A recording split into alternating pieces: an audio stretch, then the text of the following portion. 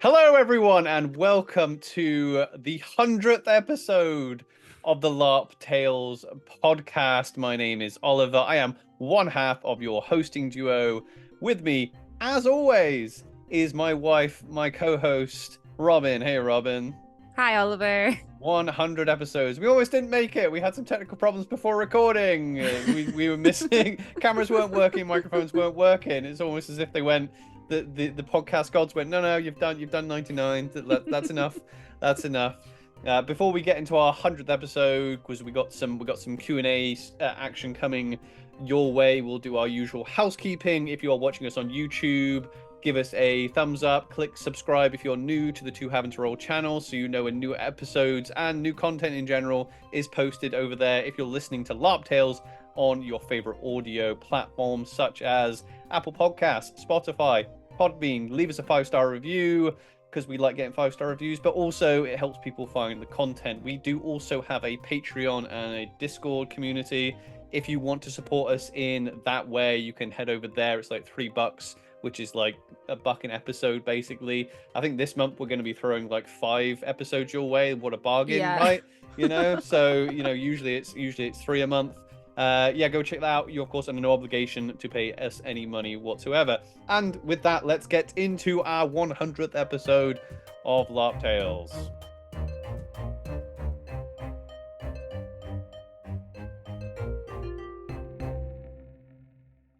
Okay, the 100th episode. Robin, how does it feel? How does it feel that we've made it this far? A little bit crazy, actually. I can't believe we've managed to talk for 100 episodes at this point. I And can't. Yeah, don't. In fact, you know what? Do go try and find the episode number 1 because I can't watch it because I have watched it just every now and again. I will come across it and be like, oh yeah, this. It's the most awkward and cringe thing, which is a good sign. It means that we've probably got better maybe at doing this. Uh, yeah, it ain't easy, you know. I mean, it's that's the thing. People just sometimes listen to these podcasts and they think, oh yeah, no, it's just talking about my hobby or whatever I'm interested in. I can do that. It's not, it takes a while to kind of learn, especially when you've got guests on, right? yeah, no, it really does. It's trying to get into that sort of it's trying to have that conversation where you're like making it sound organic, like you're just sitting having a chat, but you're also got that professional side on, but then you're also aware that there's a camera in front of you, and it's trying to not turn into a bit of a robot. I definitely struggled with that at the start because like speaking, just having like a camera, I was just like, hi, don't really know what to do here. Yeah, because there's different forms of like spoken word entertainment. You like because I know you're quite a good speaker. You speak for your job, but Mm, it doesn't translate exactly to being on a podcast. And we've done no. we've done stuff on the internet like entertainment stuff on the internet before. We just chilled out and did podcasts. Yeah, and the conversational form of and being a conversationalist is a bit of an art form, and it's I can see through like the 100 episodes that we've done the kind of the minute kind of improvements and because I'm the editor as well, I have to watch every episode like 4 or 5 times during editing. So you are Even like our guest ones, like when we started in the guest ones, I think our first like several, they were like 2 hours long. They were yeah pretty lengthy. And that's because we kind of felt that we needed that like first hour of conversation to get to certain bits. Whereas now it's just like straight in, being able to have that chat and knowing the questions to ask to kind of bring out what people want to talk about. I think that's made the biggest difference to that. yeah It means that our guests are not having to speak for like 2 hours. That has made a big difference, I think. But that's like yeah one of the biggest things I've noticed since when we started, anyway. yeah. The guests are a real game changer. Yeah. This is the thing. People want to hear other stories. That's the thing. You're only going to get our stories. And guests are tricky as well. Like there's not it's not a case of just getting anyone on. It's not just Mm. a case of going, oh yeah, we'll just get any random person to come on. Like you've got to pick the right people that are going to give not only the audience an interesting conversation, but us an interesting conversation as well. I think Every guest we've had on has been absolutely wonderful as well. Like every single person we've had on has either taught us something we didn't know, given us a story we didn't know about, and they've all brought something different. We've had so many guests, and there's not two of them that have brought the same thing to it, if that makes sense. yeah. Everyone's brought something new, something unique, and I guess that's so it's the testament to LARP, really. Like everyone has their own experiences, even in the same game system. Everyone has their own interactions, their own memories, and their own fun, and that's what is interesting. And people want to hear about those stories. Yeah, yeah. I mean, we'll do a brief story time because we've got some questions which will take up quite a lot of time because we've got lots of questions Oh and yeah, we want to answer all of them actually because it's there's some really good ones in here. But like a brief story time, like 100 episodes. So we started this and I'm quite proud of us. And we've kept to a pretty good schedule of releasing at yeah, least like three times a month. There were times where we were releasing like 4 or 5, every month, and then I think last year we kind of dipped a little bit during like LARP season. We were maybe only releasing like maybe 2 a month or something. I mean, it helps that we do like 3-part recaps over Empire, so that takes up an entire month of podcasts. But the podcast didn't actually start out as a LARP podcast. It no, started out as basically a way for you and I to make content together, just the two of us. This is a long story that I'm not going to get into, but a brief overview. Like we were content creators in the tabletop role playing, or we were starting out in the tabletop role playing gaming space. We had a community within, like surrounding a D&D game we were playing. This was a fair few years ago when there was a lot. There still is lots of actual play, but it was getting really really popular. Everyone was starting an actual play. yeah, But it was quite easy to build a little community, and we had a little community going. And something bad happened.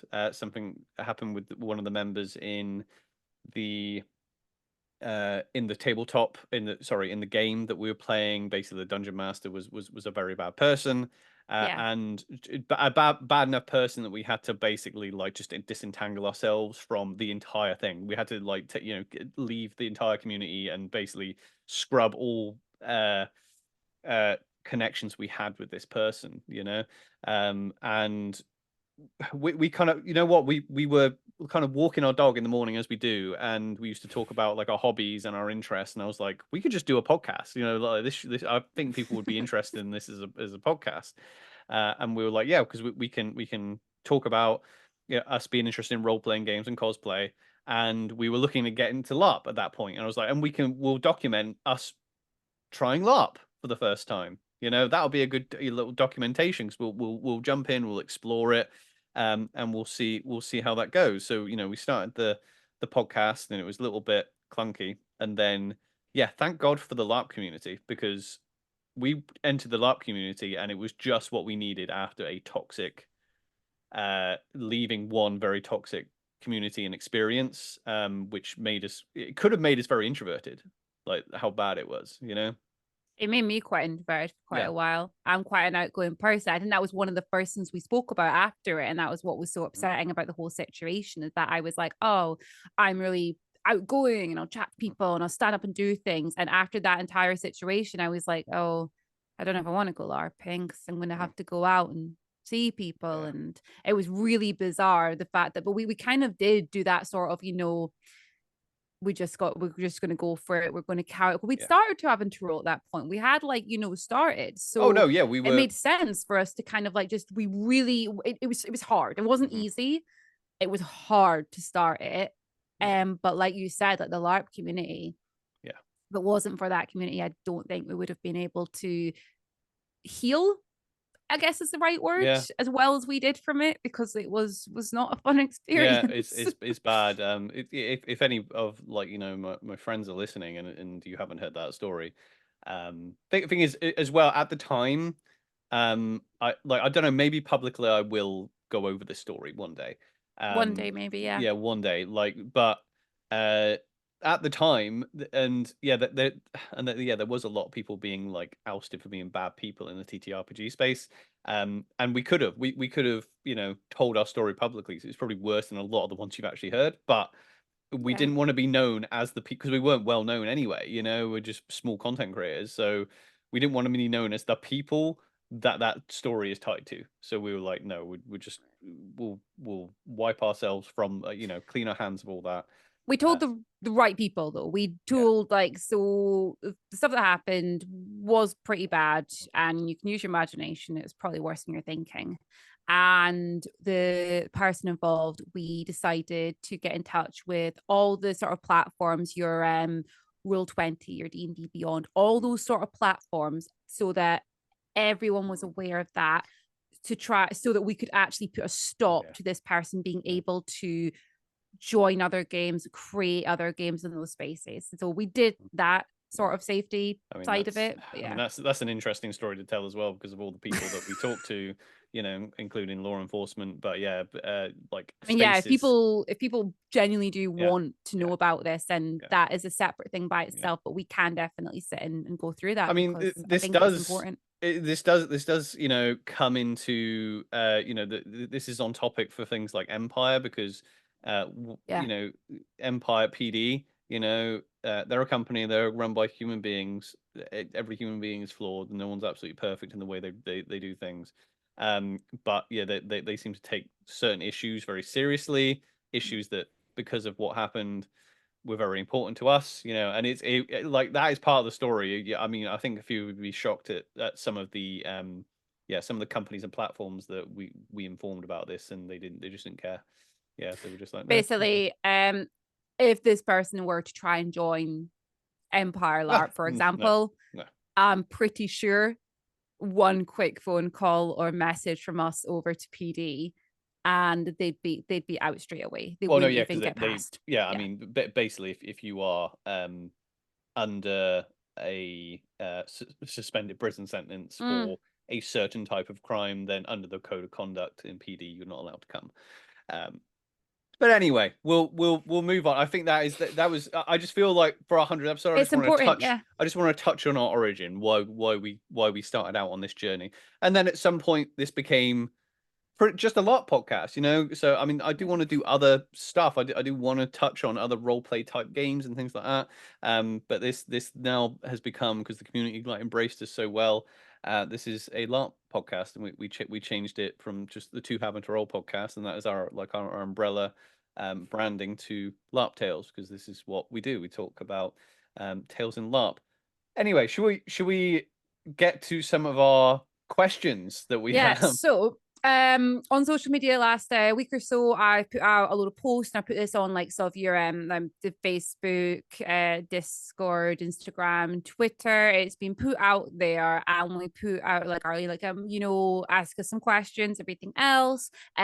We also have a little giveaway as well, where we are giving away an open ticket to Empire LARP. So for those of you who do not know, an open ticket, you can use it at any event, at any point. It just gets put straight into your account, and it's there. So we do have that giveaway. And the way we did that is every single person who reacted to the post, so, you know, liked it or commented, any kind of interaction with these posts, got chucked into the mix. So we had like well over like 100 people in this pool. So at the end of the episode, we'll announce who won the ticket. So I have collected all the questions from lots of people. Apologies if I have missed any. Okay. We have tried to cover everything. If we have missed any and people are like, I really want to know the answer to that one, then just pop it back through to us again, and we'll try and get that covered. So shall we start with this? Yeah. So hang on, what page are we starting? Yeah, starting with this side that's got Kate at the top. Okay. By the way, I double-sided it because, like, you know, the trees. Yeah, the tree. Save the trees, everyone. Save the trees. I will say as well, we've basically just taken names from wherever they were. If people are sensitive to having these names read out, then let me know, and I'll retroactively edit this, so the form. But basically, we've just taken usernames and or names if you on Facebook or Twitter or something. Yeah, like we've got the full name. I think I'm just going to say out people's first name though. Yeah, or If a few that's of these. I'm so delighted to see our actual previous guests. So, yeah, so I'm sure they'll be fine. Okay, so shall I start with Kate's one? Yeah, go for it. Okay, so Kate, a previous guest, has said, okay, you're both fans of animals. If PD were to do an encounter with an animal acting as a beast of the Empire, what would you want it to be and why? This animal behaves very well and accepts costume embellishments. And Nymeria and Daemon get to go on this encounter.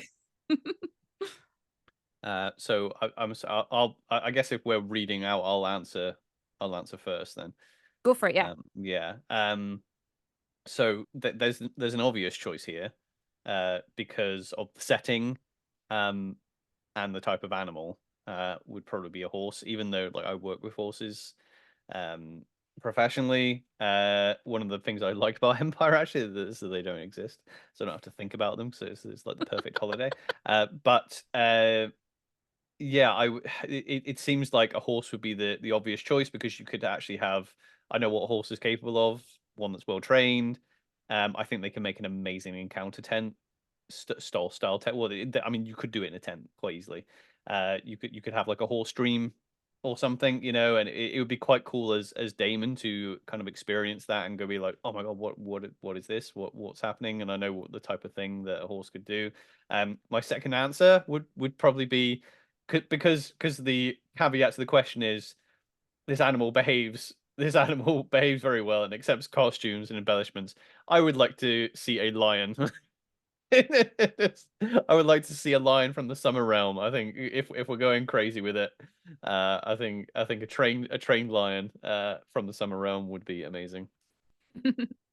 Okay. So my main one that I would really like to see is a bull. I love bulls. They're just absolutely wonderful. And in previous jobs, I've gotten to do a lot of work with bulls, and they are just they are, you know, bulls are absolutely massive. First of all, they can be trained quite well, and a lot of them really do love and thrive around like people doing things with them and stuff. So a really well trained bull I think would be really badass, because especially picture a big bull with certain costume elements and things on. That is cool. Like that is badass. I'm picturing a bull more as displaying like a herald of an eternal, and having to go up and interact with this bull is pretty cool. So that's what I'm kind of thinking. Yeah, definitely a bull. I think that'd be pretty cool. Apart from that, I love everything. I would have like absolutely everything. But you did mention encounter tents, Mm. so I adore bats. Absolutely adore them. I'm fascinated by them. And for anyone who's gone to like certain zoos where you get to walk through the tunnels and the bats are all above you, just picture that in an encounter tent. Just imagine it. Imagine the feeling being in this encounter tent, dealing with something with feeling the bats going past over your shoulders. How immersive would that be? Yeah, So it'd yeah, be quite creepy. Right, should we move on to the next one? go for it. Okay, next question comes from Mike, who's been on another podcast guest. That's two in a row. Mike, if you remember, you almost went to try and remember the episode number there. There's 100 of them. All right, there's 100 of them. But Mike is part of NPC Crew, and came on last year to talk about NPC Crew. Go check that episode out if you're interested in how the NPC team work behind the scenes at Empire. But Mike has a question for us. And I love this question. If you were to run an event, what sort of event would you like to run? Would it be an Empire player event or something else entirely? Okay. I want you all to imagine a huge arena with bleachers up the sides, with flags, with announcers, I would want to run a Dawn-focused player event set around the Glory Square. But this Glory Square is massive. I'm thinking like huge, big tournaments happening. The entire event being this sort of leading to this final tournament, a tournament of nations, if you will. That is what I want to run. I want to run the Tournament of Nations player event set and focused around the Glory Square of Dawn. That's what I want. Yeah. I mean, that's totally doable. That's totally doable. In fact, because I mean, I know a lot of people do run Dawnish player events with tournaments and things like that. I mean, that's 100% doable. My one, because I'm thinking of something similar, but not Empire. And the reason it's not going to be Empire is because I want horses there. I know that contradicts what I just said in the previous question. But my perfect LARP would be a jousting tournament, like a jousting LARP where a load of players get to play knights in a tournament. Squires get to play kings and queens that are are on the stands and things like that, and noble ladies giving their favors. I would absolutely love that. It would be obviously because it's hypothetical here, so if cost isn't an issue, then yeah, I would get a load of horses and yeah, sod it. Like obviously people who maybe want to play a knight and joust, obviously you'd have to be physically able to do it. But I think it would one be an amazing laugh. It would be an absolute spectacle, and it would be like just like a fantasy LARP dream of mine to pull that off. I think it'd be amazing. Basically, we want a LARP's tail. We want a Knight's Tale. It's got a Last LARP's Tale. There we tail. go. There we go. And we've got the name for it, everyone. So, a LARP's Tale coming to stables near you. Yeah. I would love that. Okay, so our next. Yeah, thank you. Our next question is from Oakley. And the question is, how do you think you've impacted the LARP/Empire space? And how has that affected you as well? Yeah. Thanks to Oakley. I know so a lot of these names I've seen. Oakley's definitely a name I've seen a lot over lots and lots. Yeah, over the time. So thank you for your support. How do we? It's weird. Being on this side, you don't feel like you're impacting it a lot. Anything I say here would feel like stroking my ego or something, but basically I get told, that we're at the stage now where like we get told, and there are good friends of ours that like we've LARPed with, and you kind of forget that we do the podcast because I do we do the podcast for fun, and yeah, you kind of forget that yeah, some of your friends are aware that we do the podcast, but they have said things like, oh yeah, I imagine you've had a big impact on Dawn being a very popular nation. I imagine that just like the numbers that I mean, we've literally got a metric, to be honest, of like people who use the referral code. If you've ever used the referral code, thank you very much. It does help. It does help keep this podcast going and encourages us to keep making content, especially for Empire, because Empire is expensive and content creation is expensive, right? And we're not making a living out of doing this, right? So using that referral code obviously saves you some money, and we get a little bit of kickback, but that is a metric of like seeing who is being influenced by us to come to Empire. And I think we've definitely made a difference, and I'm pretty happy with the impact that we seem to have made. Like a lot, Yeah. so most people. There's some questions further down here that we might address that does address people that haven't had the perfect experience of Empire, but I think we've done a good job of putting it forward in a conversational way, because you can put it through like God, Silgore's music video, for an example. That's one way of portraying to people what Empire's like. The BBC documentary they did not long ago. That's one way of portraying what Empire might be like. Holly's Holly the Smalls video. That's another way of portraying what it might be like if you came here. Without actually just going yourself. I feel like the feedback we've got is that people have said that yeah, I'm here because of you, and I've had a great time, and I think that's Yeah. a win. And the second part of the question, how has it affected me? I don't know, because we've been doing this since we started the like the LARP journey. So it's sometimes I get it when sometimes content creators have said I don't feel like I'm part of the community. I feel like I serve the community. I don't feel like that 100%, but I get it. Sometimes you can get to a point where you feel like you're outside of the community and you're serving the community instead of being in it. I don't feel like that 100%, because when I go to Empire, I feel like I'm surrounded by my friends, and it's great. But it's difficult to really like quantify how that's affected my game, because that's all I've ever known. I mean, it's half the people I meet in LARP don't know I make content for LARP anyway. So, and then some people, then the majority of people don't say anything, even if they do know. So, I'm completely ignorant, I think, in most cases. Yeah. So I think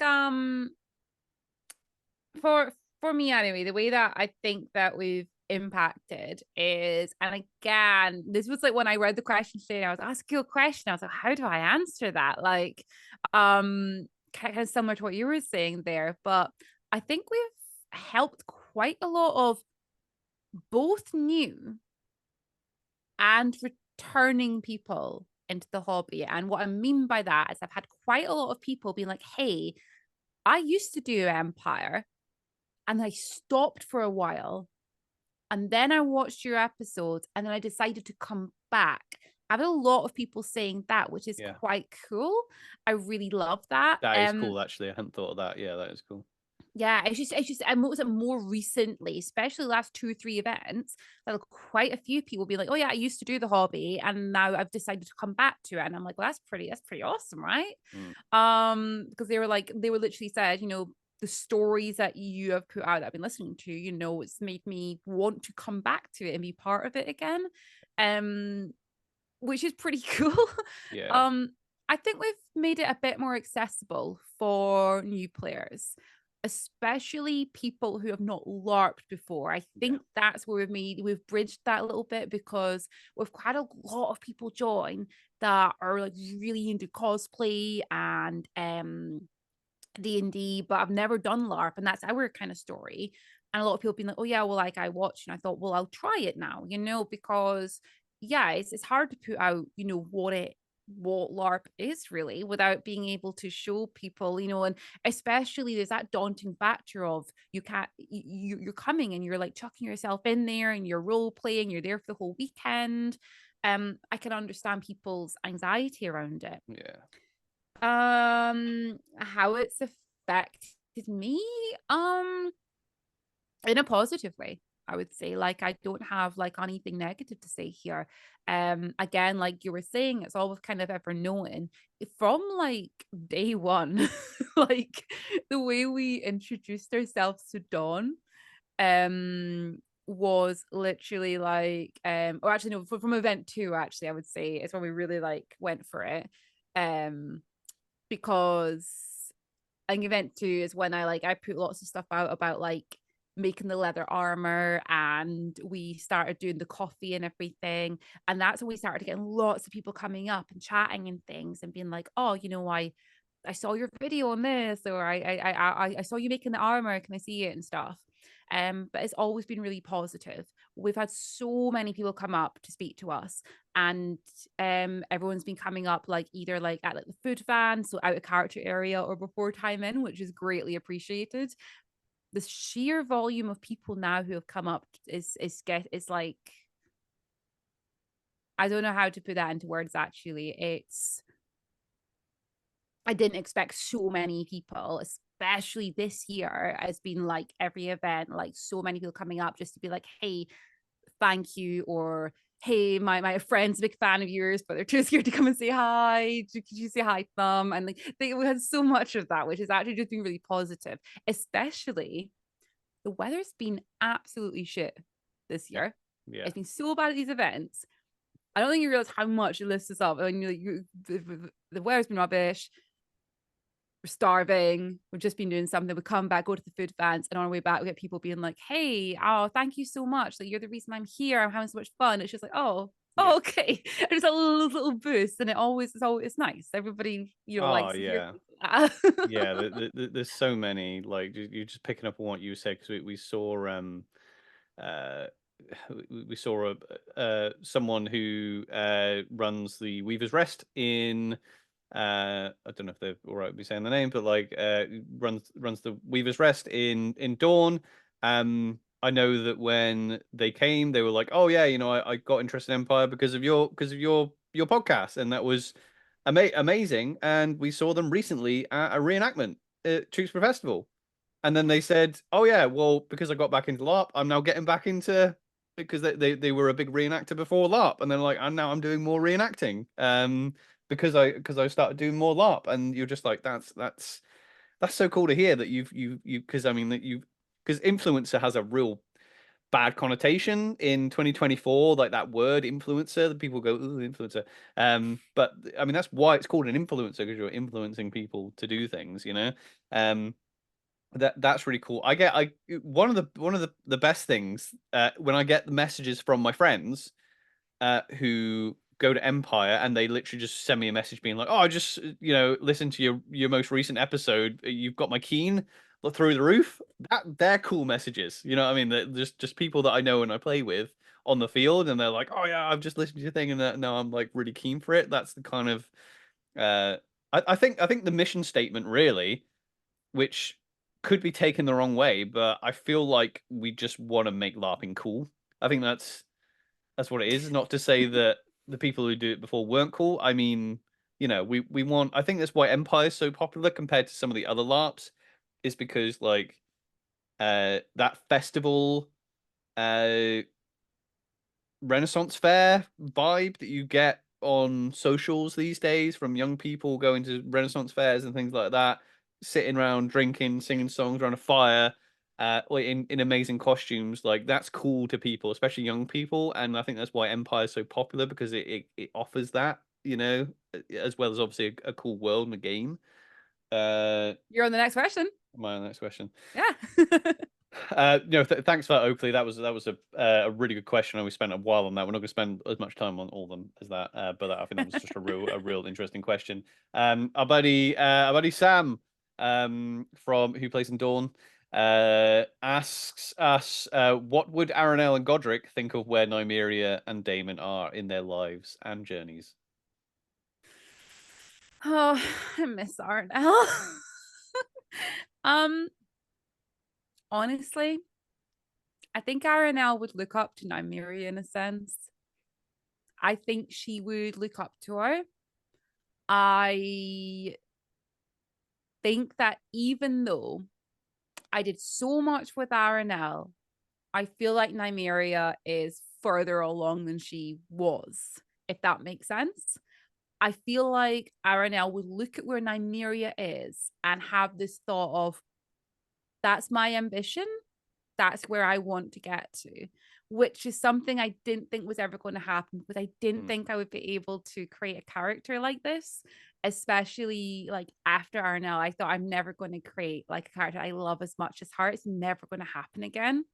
And that is happening with Nymeria. And I feel like I shouldn't be saying all this, because I'm like, I don't want to lose her.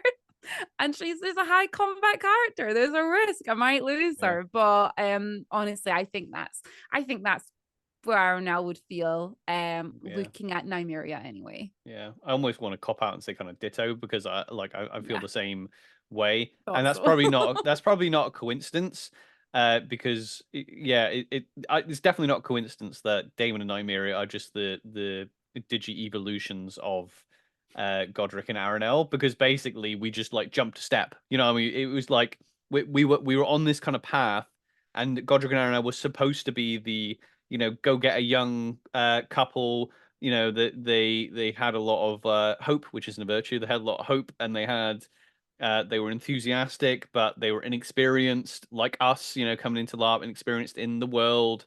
and they were finding their feet, finding their ambitions. They were interacting with people, and being a little bit on the back foot, and being like, oh, and everything was new to them. And the like Daemon and Nymeria, because when they died, we were just, oh, we can skip a load of character development, where we were aiming, and just go straight to these badasses, basically, that kind of know how things work, and have their own ideas and have very clear goals, and have, maybe I wouldn't say jaded, but they have a better understanding of the world, because we have a better understanding of the world. So yeah, I think Godric would be kind of very much in awe and respect of Daemon, because that's probably what Godric held in high regard, like Nymeria, which makes sense, because that was then the next Dornish character I made. So yeah, no, exactly. yeah, thanks, Sam. Oh, Godric and Aranel. Okay. That's not because we'll be here for hours now and talk about Godric and Aranel. I even made it the thumbnail. Okay, right. So our next question is from Obi. And Obi is asked, I know you've only just started to branch out from Empire, but what genre of LARP would you most like to play that you haven't done already? For example, sci-fi, pirates, Victorian horror, etc. So we have a few LARPs this year. We've done a we have stuck to fantasy, because that's my favorite genre in general anyway, not just LARP genre. It's just my favorite genre. So we have stuck to fantasy. We did a Game of Thrones one at the beginning of the year. We've actually just recently come back from a Greek LARP, which is a Greek mythology LARP, which is technically fantasy. Still, it's just Greek mythology. So we have branched out there. It's like fantasy adjacent. Yeah, it's pretty much fantasy. And we have one game lined up that I'm very excited for, just before E4, which is a different genre entirely. In fact, we won't say. Do we don't want to spoil that? But so we are definitely branching out into different genres of LARP. We're also doing another one that is fantasy, but it's more of a it's leaning more into a Nordic style LARP, with like you're given a character, and you already have a character kind of written out for you. You're a set character, and they already have preset kind of interactions that they're kind of supposed to have that you can play with. So I'm looking forward to that one as well, that we're going to. But ones that I kind of want to do, sci-fi doesn't really jump out at me currently. Like, there are certain sci-fi games you could probably convince me to do, but I imagine it would be something like I mean, I quite like the idea of Victor. You mentioned Victorian horror there, but I would quite like to do a mystery style kind of parlor LARP.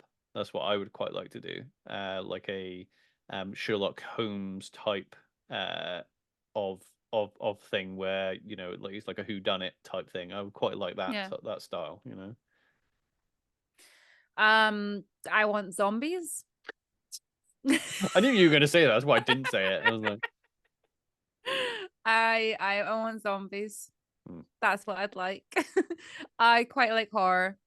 And without spoiling things that are coming up, I'm gonna get to actually play a little bit about with this. Yeah, we're doing a horror LARP. Yeah, we are doing a horror LARP. So I'm excited. I'm super excited. Oh my gosh, I'm so excited.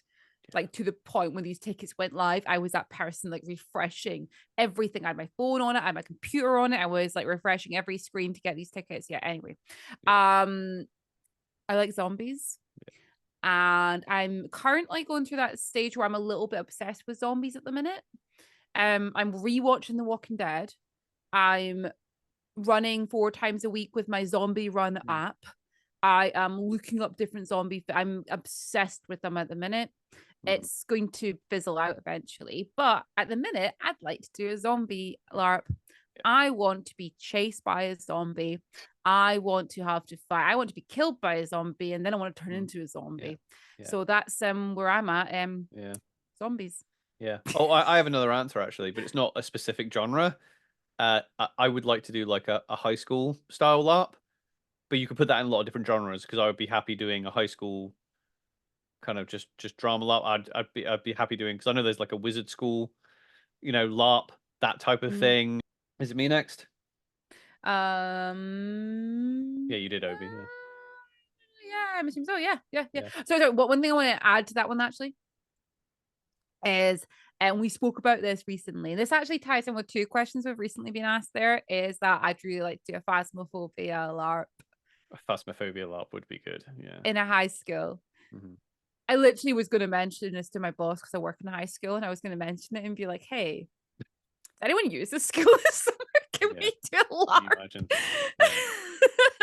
They are dead creepy. Yeah, they're like like all those like I'm not like I don't believe in ghosts or anything, but you know that when you're in buildings that usually have lots and lots of people in, there's obviously something eerie about being in them when they're empty because I don't know, there's just something about the energy of the place where it's just like, oh, there should be a lot of noise. Like if it's like a prison or a hospital or a school or something or a shopping center that's got nothing, no one there. There's always an eerie vibe to it, Yeah. So, anyway, Yeah, let's go move for it. on. You're Yeah, next, because Ross. we're already 44 minutes in, and we're going to be here forever otherwise.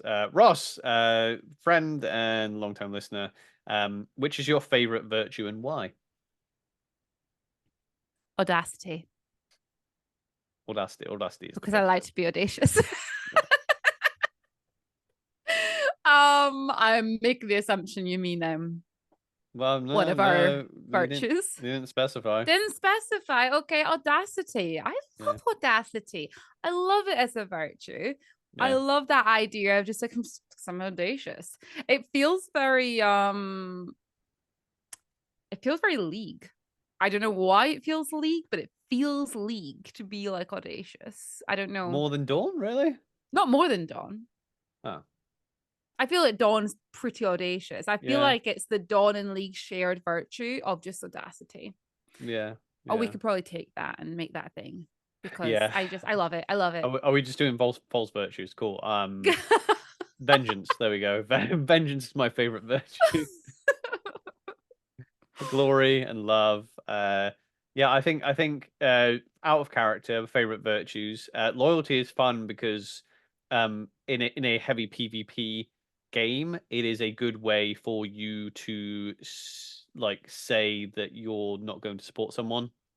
It's a really easy cop out. If they're just like, "Oh yeah, you're going to support me for this, this, and this," and you're just like, "No, sorry, I've got loyalty to this person." It's an easy cop out. You used that line so much recently. Yeah, yeah, it's amazing. And then I quite like pride, pride and ambition, both. Bloody But sayings. yeah, pride and ambition. Yeah, saying yeah, I just want to be Vegeta, right? So I like pride because like in the modern world, sometimes people obviously like pride is a sin in it like that's kind of been part of Western society and things like that, and people being proud of what they do and just worrying about being humble and things like that. Just no, it's good, you did the thing, well done. Then ambition is obviously go do the thing. So I like those two because they kind of push players to act as if they wouldn't, in the real world, and do the cool thing and have fun with the game that you're paying to play. I've I've started I've slowly started to really love wisdom. So when I played Aranel, she was all about ambition. I thought ambition is the best thing ever. Now I'm wisdom, and it's just kind of crept up upon me but the role play I've gotten out of ambition, out of wisdom is very different from that I got out of ambition. Ambition was all about, yes, I'm going to go and do this because of my ambition, and once I've done that, I'm going to have more ambition, I'm going to keep going. Whereas wisdom has led me to a lot of very serious conversations, very deep role play conversations with people, which I wasn't really expecting. And I realize now why it wasn't a virtue that I could really properly explore Mm. when I was brand new to the game. Whereas now I can link a lot of things to wisdom and have those conversations.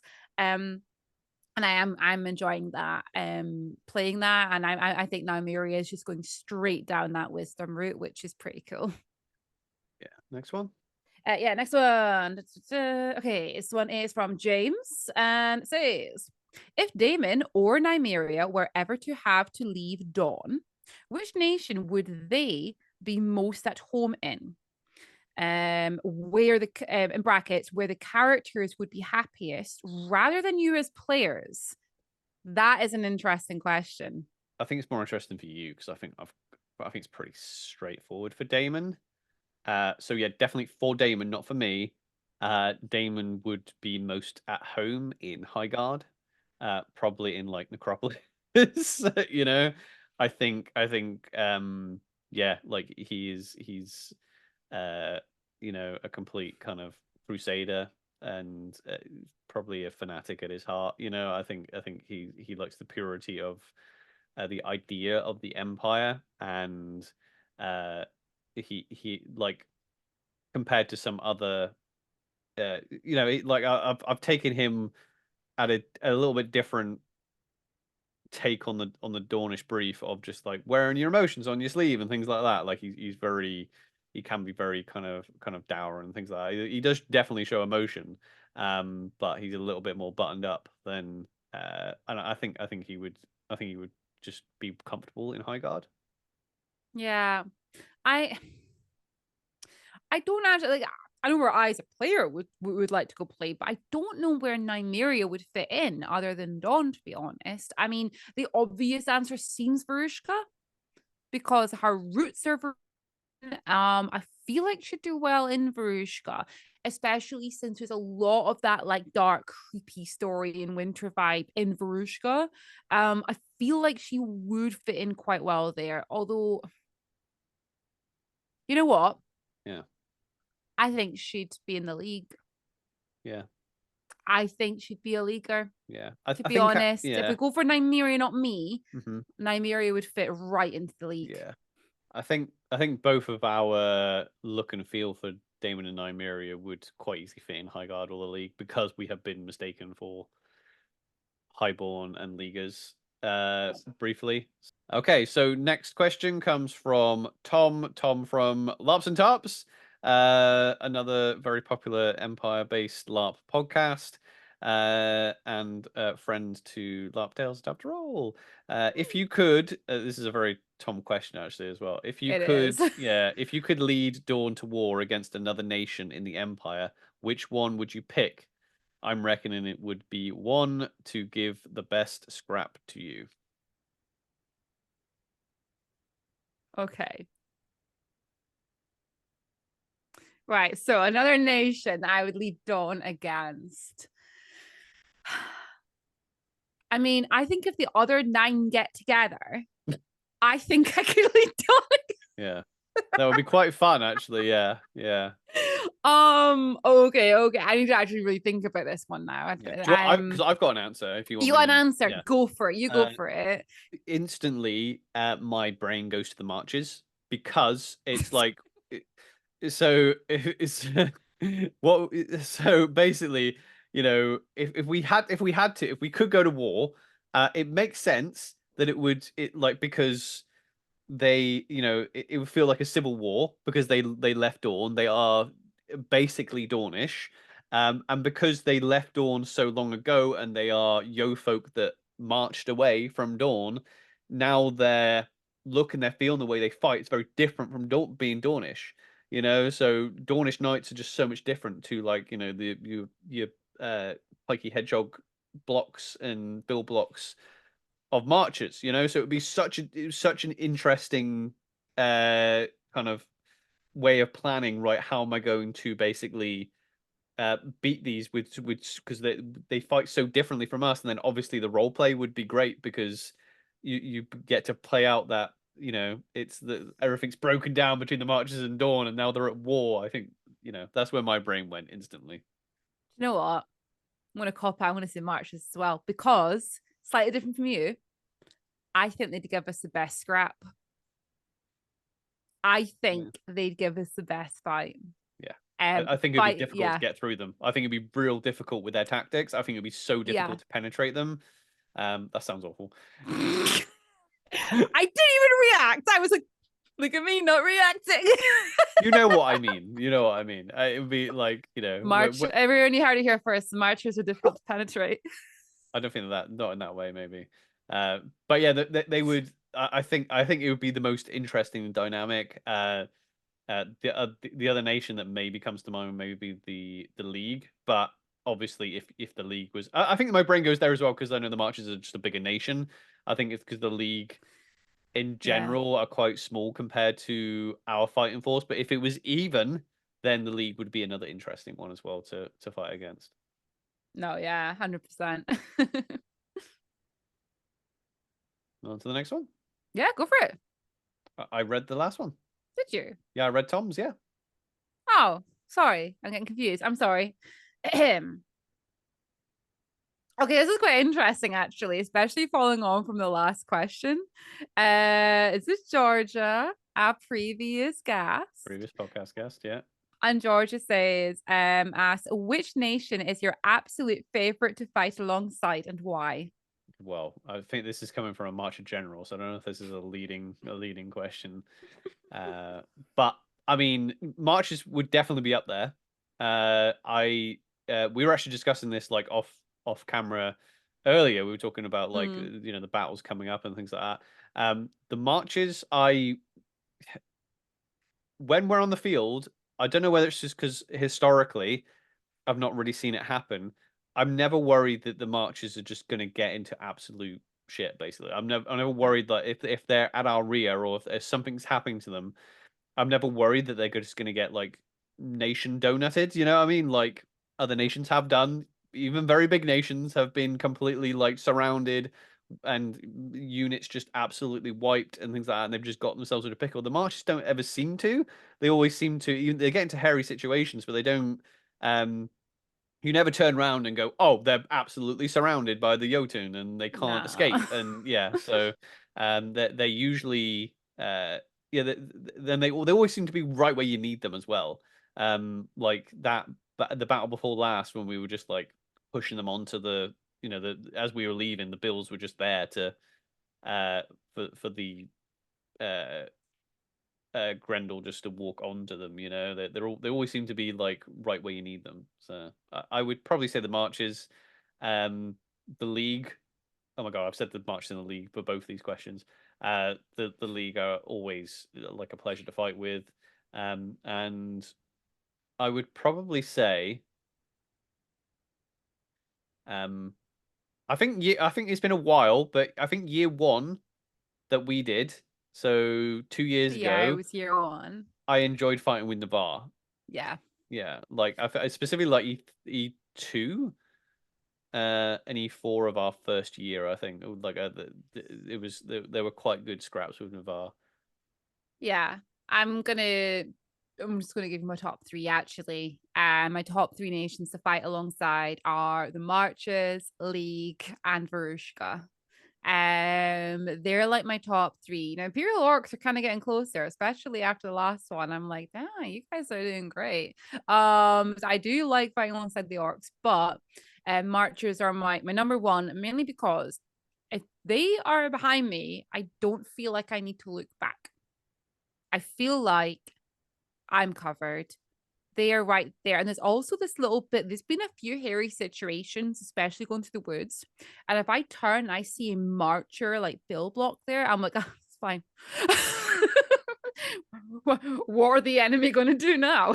Like, Yeah, and I do like that feeling. So it's a kind of very similar to yourself there, but yeah, I do love having marchers there. yeah. Thank you, Georgia. Okay, so our next question comes from Daniel Dan, who is a great LARPer, a player in Dawn. This is actually my favorite question I think we've ever had. This is like the most thought-provoking question I think we've ever had on any of our Q&As in the past and things like that. What aspect of the game feels completely out of reach to your characters and why?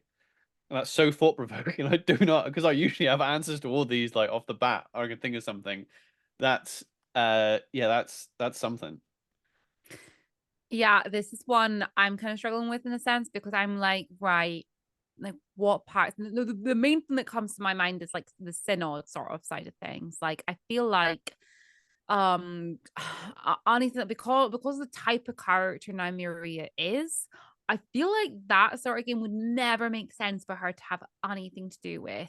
She is this military focused, hot-headed changeling, and I might be accidentally insulting people who are in the synod game. I don't know because I don't know a huge amount about it, but it doesn't feel like it's something that Nymeria could like reach out to, if that makes sense. Anything to do with magic, really. It's not part of the game that I feel like she would fit into at all. um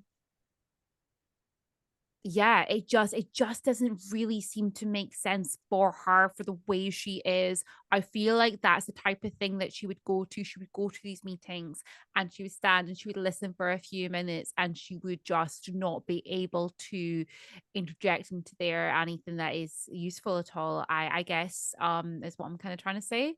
um that is the main part that kind of speaks out to me. Mm. But when you answer, you might say something. I might be like, "Oh yeah, I forgot about that." Yeah, well, I like I feel like I want to take this question even deeper because it like the way it's worded is like, Yeah. you know, it feels completely out of reach to your Hmm. characters, and it's not just, oh yeah, you know, what parts of being an anvil do your characters feel like they can't achieve? It's more like what part of the game is in like from an out of character perspective. Is And there it's something? it's characters, not players, because like Mm, I'm partially saying that as a player because partially as a player, even though I've had a little guess on, I don't actually understand the Sinnoh game. So there is that's partially mm. me as a player rather than Nymeria as a character, I guess, as well. Yeah, yeah. I mean, you could. I mean, there are times, yeah, that I uh feel like it's very hard to get into a lot of aspects of the game. You know, for Mm. my character. Yeah, like um, the priest part of the game probably not so much, but yeah, that there are certain things like Synod, like Conclave, where my character literally goes, right, I cannot invest all my time if I'm wanting to look into military council. I can't physically try to get into conclave or synod, you know, because it just Yeah. I just can't, like, I just don't, you do not have the time. One thing as a Dornish noble, which I understand why they've done it, and this could be a tangent for a lot of things. So basically, for those people not in Dawn and people don't go to Empire, the Dornish noble and Yofolk relationship, because of like obviously a real world connection to nobility and money, and people who are there's a class system where people, you know, have lots of money and people don't have any money. What they've done with the brief on Dawn, we have nobility and we have people who are not noble, but the people who are not noble tend to deal with the money. That isn't part of our like half magic but people seem to play it that when they become noble, they suddenly forget how to count or something, and Yeah. they don't understand money, which doesn't make sense, and it can be a little bit frustrating. Because I've seen people actually agonize over this and be like, "Well, I don't want to be noble because I want to have money," and I'm like, "You can have money and be a noble." Yeah, like It, Jeff Senior explained that one to me because I was having this whole battle where I was like, okay, look, go see, I love maths. And I don't want to be this sort of like, oh no, I don't understand the money anymore. And he was like, no, the way that he explained it to me was like, no, you fully understand it. You're not stupid. You understand how it works. You know the value of coin. It's just that you no longer care yeah, about it you got in the better same things to do. sense. Yeah, You got better things to do. yeah. You don't care about it. You got things to do. You whatever here, take whatever that is. I don't care. It's not that you've lost the ability. And that was something that I actually need to explain to me because yeah, like reading the wiki and speaking to people in the field, you get the sense of, oh, well, you can't do anything to do with money as a Dawnish noble because You, that doesn't make sense. yeah, you basically got a different job role within the company. So you've been moved from this department in the company to the other, but that doesn't mean that you have no clue about the other department because you just came Mm, from there. So like you'd be like, or even if you didn't come from there, you know that that's an important part of how the company works. So if you're now in HR, you know, if you went from HR to finance, you're not going to be like, oh yeah, well I don't know how finance works now. It's like, no, you used to work in the finance department, now you're in the HR department. You know, it's just your day is now made up of a different tasks, and your brain power is focused on this. Doesn't mean that you completely forgot how finance works. You know, I hope that analogy kind of makes sense. But that's It I think does. It yeah, does. yeah. I try with my analogies. I try. You're doing Yeah. well. You're doing Yeah, great. but I kind of want to nail down like the how good this question is because I don't want to, because I feel like and it's because of my actual out of character personality. I struggle, like we all have struggles in life, and but I always tend to have the attitude of yes, I can do that. Like, and it Yeah. and I know you're the same, Robin, because you're one of these people, like when you pick up a new, if you try a new skill set, you're like, why can't I do this instantly? Um, if someone says, "Oh, can you do this ritual? Can we afford the Reapers?" Yes, we'll figure it out after the fact. We don't go, "No, can we do this ritual?" Yes. Can I become a general? Yes. Can I become a Knight Protector of Winter? Yes. That's my usual attitude is yes, and I'll figure it out along the way. But Yeah. I think this question for a lot of people might be a little bit out of character and be like, is there, because I know that people go, oh, I don't feel like I can get into Senate. I'm just, this is hypothetical, but an example, I don't feel like I can get into Senate. I feel like it's being gatekept, or the literal gatekeeper game. I don't feel like I can get something from the gatekeepers. I don't feel like I can get into the boss because because it's cliquey out of character or something. I've heard these types of phrases, and it's interesting that this question kind of provokes me to think about that type of thing. So as a player, I do not think, um, I do not feel that Daemon is locked out of any part of Empire. I feel like I could make Daemon so my plans for Daemon, people know that I'm interested in military stuff now, but my actual plan for way later, once I'm done with everything I want to do in the military side of the game, is actually to lean into the religion game, and I want to be an Imperial Inquisitor. That's my end goal if he lives that long, basically. But there's no part of the game where I think, oh yeah, no, oh yeah, I definitely couldn't see, Damon definitely doesn't think he could get a Bourse resource. Definitely, Damon definitely thinks he could get a Bourse resource. Because if Oh yeah. he doesn't do it, he can get someone else to do it. He definitely thinks he can get, get an archmage on side because he'll either do it or do it himself or get someone else to do it. So for me, no, there isn't really a part of the game, but I can totally see other players thinking that about their characters, if that makes sense. Yeah, no, definitely. I mean, there's something I actually have a question for you. Just from what we've been talking about here and everything, because like I've been doing this for a while, I've had a lot of guests and everything on. I still actually do have my own struggles OC with certain understandings, and it's two places, conclave and synod. If you were to literally say to me, what do they do? I couldn't answer that question. So can you just like in a sentence tell me what is conclave and what is synod? Well, you're testing my knowledge now. So sit. No, I'm literally just No. asking. So I'll keep it as basic as possible.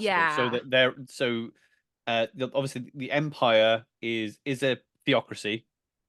It's a theocracy, so it is run by the religious leaders. Even though we have a figurehead, the synod. So the synod is our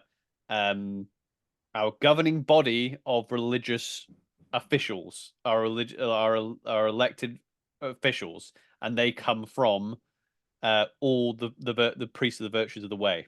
Ah, So got it. Yeah. Okay. synod. So you know how we have military council, right? And Hmm. they organize the armies. We have a general that is in charge of an army, and all the generals of all the armies get together in military council. Well, synod, we have our cardinals of all our different virtues.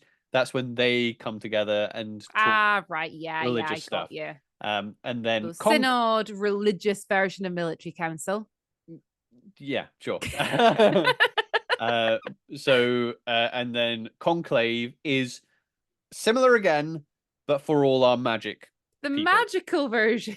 the magical version. Okay, Got so it. I've understood. Okay, I mixed the two up earlier in my answer. I meant conclave. I the one that I don't think I can get you into. don't think you get a conclave, yeah. So Yeah, yeah, conclave is like notorious, I think, for having long meetings, very long meetings. I Um, wouldn't. I wouldn't last. yeah. Yeah. So again, like so these are all your political realms that you can jump into. So it's like so there's Senate, all the senators, there's conclave, there's synod, there's military council, and then I guess like I guess the bourse is the kind of money version of that. Mm, I guess he's got seats that need to be elected and things like that. yeah. So um yeah, Cool. that was a great question. Thank you, Dan. Cheers. Definitely, yeah. So our next question comes from Rianne, another podcast Another guest. podcast guest. Yeah, yeah. And Rihanna said, tell us your favorite story since joining Empire. Yeah. So Rianne came on last year because she was a brand new player at E4 last year. So she came on to go check out Rianne's episode. She talks about her experiences as a new player, which was interesting, like 2 years on from when we started, because we're no longer new players. You lose that new player perspective. So it's always good to hear new player perspectives on things. What's the best story? It was the best story you heard or best story just from it? Tell us your Oh my favorite God. story since joining Empire. Yeah, like this That's could. that could go in so many different ways. Yeah, Man, I think I've got a few. There's so many running through my head. I'm saying. Um, so I loved thing is I loved the story, and I will give a shout out because this was we were so lucky that this was our first like LARP experience at Empire, which was Tancred's Test of Ardor, because that was a story like that was happening in real time around us, and when you hear it now, it's as good, if not better, than like you know I think I'm pretty sure I think last event I heard Tancred retelling his Test of Ardor to someone at our anniversary party, Yeah, he did. like or part of it anyway, right? I think because and just the whole. So if you haven't, go back and listen to our like E1 recap, which I don't even know who doing video at that point. Um We weren't. yeah, Good luck, guys. but basically no, we weren't, were we? So No. yeah, basically Tancred, who was a Durandal at that point, testivated into House Dakota, and it was like at the beginning again, it was our first event, but it was like the Earl of House Dakota like set him a task of bringing his true love's favorite drink from Highguard, and he was to bring it from Highguard all the way to the Glory Square without dropping a single drop. And people were allowed to help or hinder as they saw fit, basically, you know. So being in Dawn, it then became obvious that a lot of people were going to try to stop Tancred from getting to the Glory Square. And if you come into Empire, seek out Tancred and ask for that story. But yeah, basically, you know, we followed his journey from Dawn to High Guard. High Guard, you know, he had to show his virtue. He ended up like pouring the wine over himself so it would soak into his clothing, so he wouldn't drop have a drop. And I think the wording was touch the ground, right? So if the A no, the wording was a drop cannot touch the earth. Mhm. That was the There we go. So wording. it was over like his stole or whatever it was.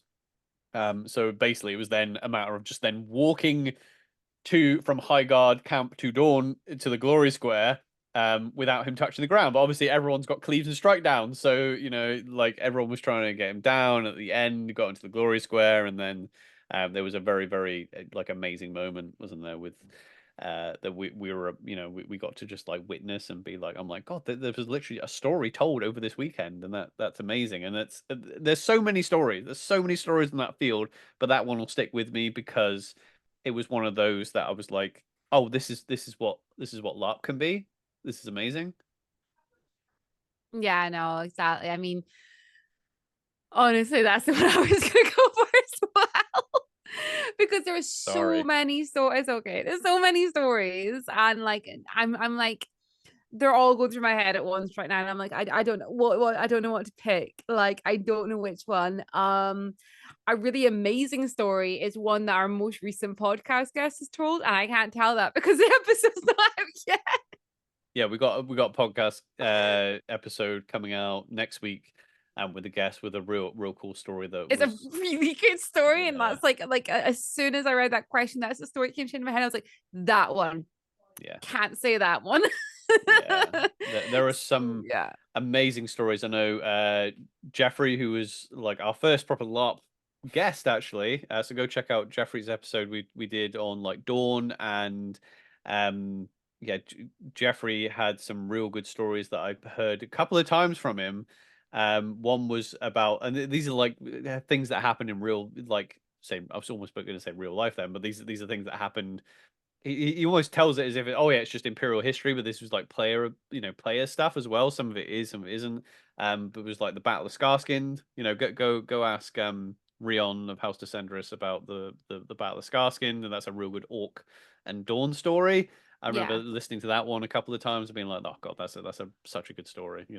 A lot of good stories are in the telling as well, obviously. Yeah. So one of my favorite stories is got to be one that comes from Verushka. And when we were doing our test of metal originally as Aranel and Godric, we had to collect stories of true love from different nations. And the one that I got from Verushka was absolutely beautiful. And I believe it was actually the Egregore who was telling me the story, and I had no idea this at the time. It's like, oh wow, this person really wants to sit and chat to me and tell me the story. It was Egregore. And she told me this incredible story. About this woman who fell in love, and all of the Varushkan stories are very much like if you're into like your fairy tales and stuff, like if you're into like like the Snow White, things like that, but the original stories are based off of, that's what Varushkan stories are like. They're like the original stories that all of these sort of things are actually based off. So it was a story that she told me, and I cannot tell the whole story out right now. It's a very long story, and I will not do it justice. Yeah. But my favorite stories are the ones I've heard from Varushka. Head to Varushka, ask for some of their tales.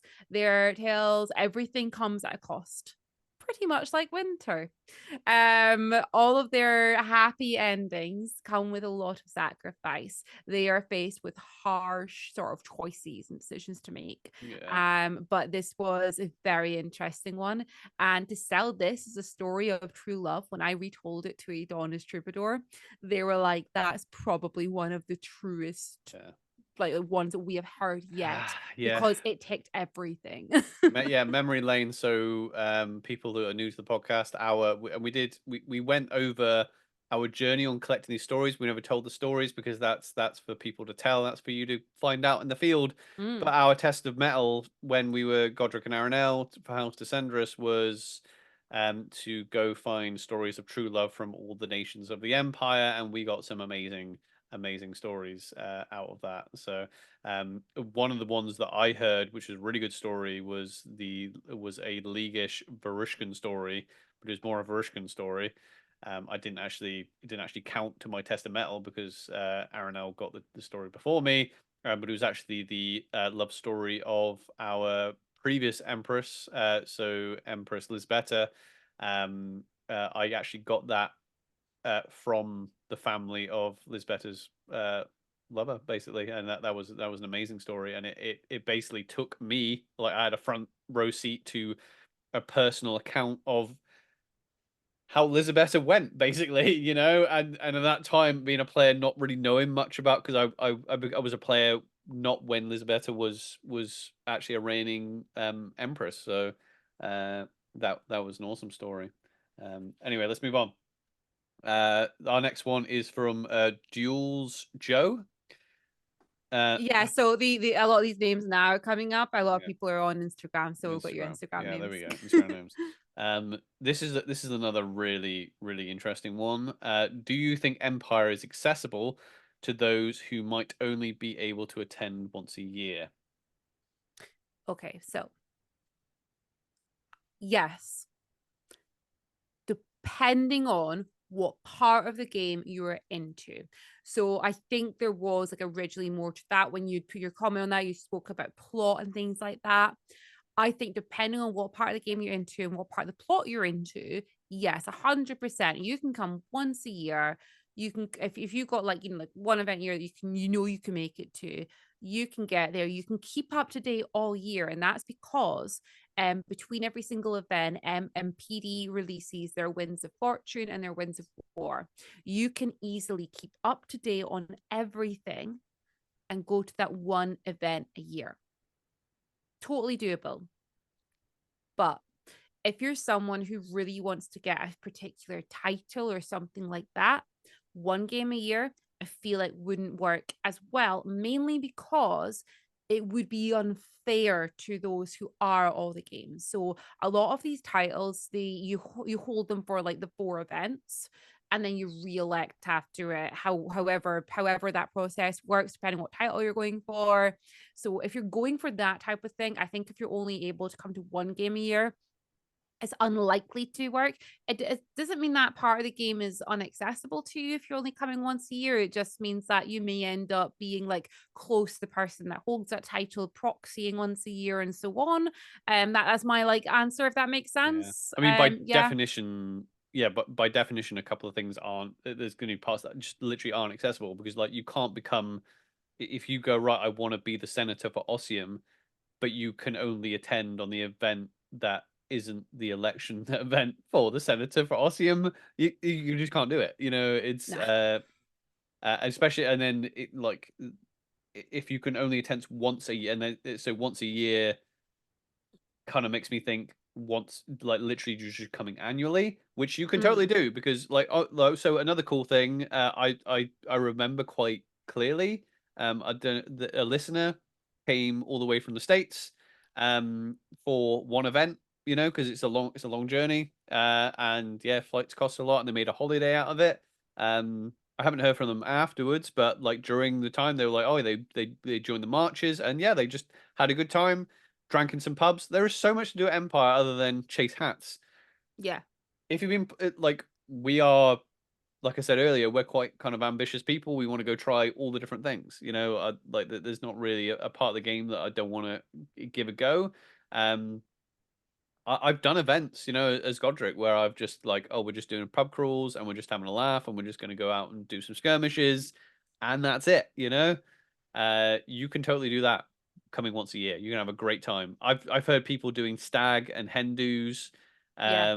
which is like bachelor and bachelorette dues, for non-British people. Just to come to a weekend, just to have a piss up and pretend to be in a fantasy world, for a weekend. So it is completely accessible in that way, and you can enjoy all the aspects. You can come once a year and go to Senate. Coming once a year and participating in Senate, not so much, basically. So it's a yes and no answer. Yeah. No, yeah, definitely. Okay. So our next one is from Neil. Yeah. Neil has asked, what are your top 3 items you have been gifted, crafted, or purchased at LARP? Basically, your top 3 items. Got 3 items. So number 1 is my shield I made for Godric, the first one. That's quite special to me. I kind of upgraded it a couple of times because basically, yeah, unfortunately, I contacted a maker that people recommended to me, and I just couldn't get hold of them. I wanted a shield made, and I was like, Oh, you know what? yeah. I'm a cosplayer. I can make a LARP shield easy, right? So I made one version of it and went, okay, that's no good for LARP. It's good for cosplay, not LARP. And then the second version of it, and it's still there, and I still lend it out quite regularly to a player that comes to Empire, and I think they only come to Empire twice a year, Yeah, they only right? seem to be able to make a couple events a year, and Yeah, that's their shield now. yeah, and they seem to access loads of parts of the game. So there's an example. But I basically got that shield for them to use. Any knight errant. I'm so, because that used to be Godric's shield, and every time I lend it out, every time that that they come to play the game, and I see that knight errant with Godric's shield, I'm just like, that is a real cool thing. Gifted craft purchased. I really like my new spear that I've got. My one-handed spear, because I quite like stab safe weapons now, and I'm like, oh, I might I kind of want to play with more stab safe stuff because they're so cool and fun to use. And I'm gonna choose a gifted one. I know it's gifted, craft, or purchase, but I'm gonna choose one of each. Gifted.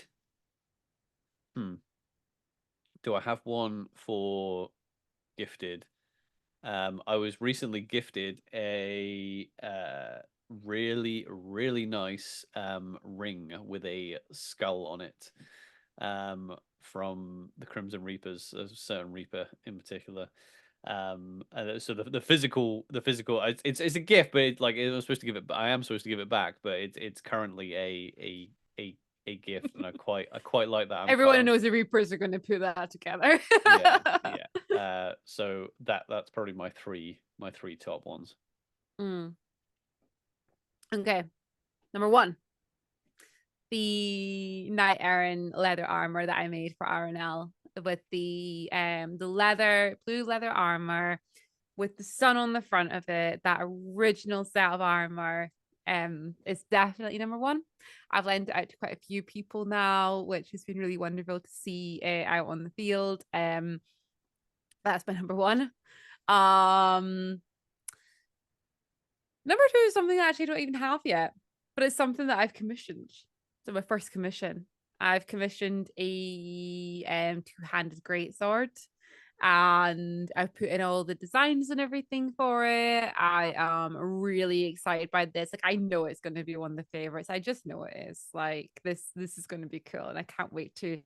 As soon as I have it, I will be showing everybody on this podcast. And third is actually a gifted one. Okay, so this was last event, and I didn't actually realize it was for me until after the event when there was a message that came through. So I was gifted a black leather rose with a metal stem through it. It is beautiful, and I kept seeing it around the camp and being like, who does that belong to? And everyone's like, oh, we don't know, it was left here. And I was like, if no one wants it.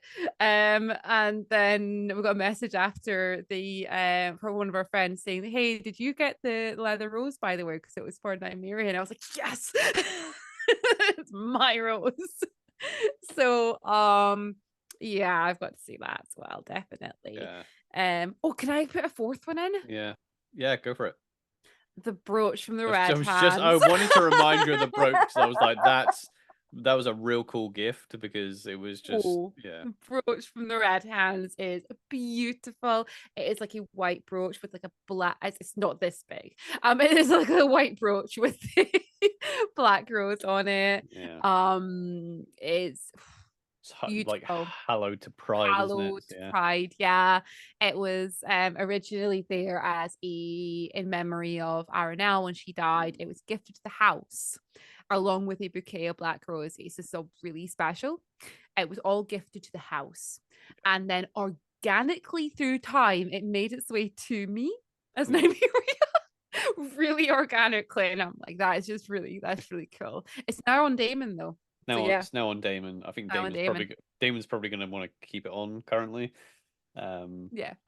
Also, I want to mention, because I was trying to think out the box there. My surcoat from Golden Mochi from Scarlet, previous podcast guest as well. Go check out Scarlet's episode if you want to know about archmages, how they work. Go check out Scarlet's episode that we did. But yeah, that thing is just beautiful, and it was gorgeous, the thing is because I was like in a rush being like, oh, I've got to make a new character, and Scarlet did it in real good time for me, and is one piece that just like puts a statement on who the character is, as a person. Yeah, definitely. It's awesome. Okay, we're halfway through. People, this is going to be a long one, but it's special because it's episode 100, and there's some really, really good questions. This one was from a newbie for next year. They've made it clear that they're coming next year as a new player. Someone called Jester. So I'm gonna I think we'll quick fire the first two because they've asked us a few questions, but I do want to answer them. Yeah. So we'll quick fire the first two. What is your favorite enemy to fight? The Druge. I love fighting the Druge. I love it. I love when they run away. Yeah. I love charging the Druge. I love it so much. They are fun to fight. The role play is always sorry, the role play is always fun. They are I love it when they do their little false charge and it doesn't work against Dawn, and Dawn just charged them down. The Druge, without a doubt, are my absolute favorite enemy to fight. Mine would be other Dornish houses. That is the best PvP Sick. you can get in Dawn is from other Dornish houses. If you were to, yeah, well, actually, this leads on to this one. If you were to mix Bond houses with another Dornish house, who would it be and why? I don't know if I want to get into that one too much. We have because the way Dawn, like, if you like that kind of Game of Thrones vibe, where you have all these houses and they're all vying to do their own thing. Dawn is definitely the place for you.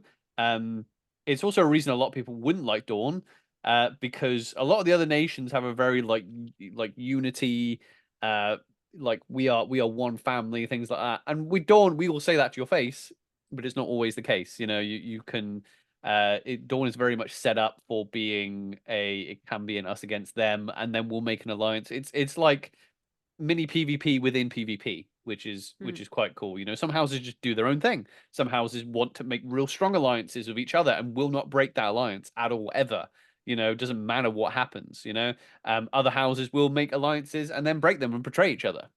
So and learning who is that way inclined in each inclination, it can be a real cool part of the game as well. You're like, okay, well, I know they will never betray them. It's almost like Eurovision. You're just like, well, I know they're going to vote for them. They're going to vote for them. They're going to vote for them. So we are very close to certain Dornish houses as House Mortair. We are. There's also the cool kind of, you might not be close to the house. So like House Mortair and House such and such might not be massive close publicly facing. Oh yeah, we and thee are not best of friends, but members within those two houses can be extremely close. Which always makes it fun when there is drama between this house and this house, but this house member of this house, and you have a Romeo and Juliet style thing going on. Because that's Dawn. You might have the Capulets and Montagues hate each other, and they're trying to kill each other. They're trying to backstab each other, but two of the members of the houses are in love and they want to be together no matter what. That's what we love about Dawn. What's your answer for that one? I was going to go ahead and give houses because I'm just going to go for it. It's just kind of like, I love this man. I love this one. That's one, but not this one. I've already done it. To be honest, I've already done it. Obviously, I'm in House Mortar. Love House Mortar. The other house I really love and adore is House Orzal. I already combined those two houses by being an Orzal and marrying into House Mortar. Yeah. I have been able to combine those two together. I see that is a lot of fun and has brought a lot of really cool game. OC, I'm really close to a lot of the players in Orzel, and I wanted that really strong connection when it came to creating my new character because I was comfortable around those people and I wanted that other comfortable space to go to, and that has worked out really beautifully. So yeah, I love, yeah, because I know this isn't something unique to, like, lots of people have done this because that's the dynamic of like families and houses and things like that. But I love currently how, well, like you and Lucan, I love how we have those dynamics that you two have a house that attends Anvil be like your families, and you've married into Mortair, so you've got this like in-laws dynamic with two, so we got like these two different dynamics. So we'll have people from like the Lucan's in-laws come over us and talk about things, and we'll have Orzel's come over and talk about things, and they're very different houses from House Mortair, and I love that. I love that dynamic. The next one, what are your big 2025 plans for yourselves at Empire? 2025, who knows with Empire, like it's going to be a big year. There's new LARPs coming, there's new Fest LARPs coming in 2025. There might be a new site for Empire. Who knows when that's going to happen, or there's that might change the landscape of Empire LARP, the moving site. Some people are like all in, being like, yeah, everything's going to be the same, but it's going to be a different site. But it depends where the new site is. How far are people going to have to travel? Are people going to stop going to Empire? Is the game going to change? With the new site. How are we? Is it going to be the same? We're going to have to wait for things like buildings and things like this. So, yeah, 2025 currently. Uh, as I'm playing my character now, I'm just going to carry on as if we're just going to go back to that next site next year, and I'm going to continue my ambitions. Basically, is the answer to that. I know that's not massively in depth, but that's the answer I'm going to give. Yeah. 2025. I hope I still have Nymeria. If I still have Nymeria, mirror of what you just said, basically. Yeah, carry on my ambitions and everything. I'm kind of more focused just like literally on the next event, which is next week. Yes, next week. Yep. And I have a really freaking cool skirmish to do next Yeah, week. let's not start talking about So that because we'll go on about that forever. So. it's so cool. Yeah, go check out the wins. That is what I'm kind of focusing on. If everything goes to plan, then I will be continuing to chase my ambitions. I want a full year as Night Protector of Winter, and then I want to support somebody else getting the title. After that, that's that's what I want. I want to support someone else getting that title after me. No matter who they are, I would love because I was very new when I originally became Night Protector. I would really love for a new player to be able to like step into that role. Yeah, That'd be really it's a cool. good. I Yeah. think I think the champions and the night protectors are really good new player positions because you don't have to have like a massive knowledge of the game, and it No, throws not you at all. into some really cool positions and you get a really cool game out of it. So the last one we'll probably spend a bit more time on. This is all from the same persons from Jester. What's the biggest warning you can give to a new player, aka me? Uh, Warning wise, we've got questions coming up as well that talk about advice and things like that from experience. So this will be answered more in those because warning is very specific of like what not to do.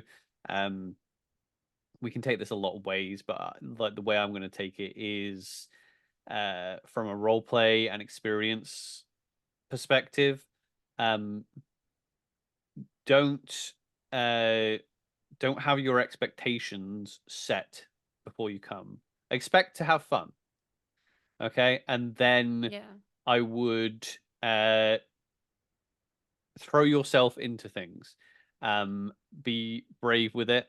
And be careful out of character with people's feelings, with their experiences. But in character, do the opposite. Play and see what happens. Don't expect certain things to happen because you're going to be disappointed if you expect to have the same stories that you've heard other people say. Like stories are great. You can listen to our stories, other podcasts. You can go back and you listen to Mark's stuff and his mates at Tabletop Weekly. You can listen to all these stories and go, cool. I want that experience. You're not going to have that exact experience. You're going to have your experience, and it's your story to tell. And you're in a playground, and you get to play within the character. And as long as you are out of character, conscious that you are playing with other players, when you are playing, you're at liberty to play. So I Yeah. would expect nothing less than that, and that can give you a lot. Yeah.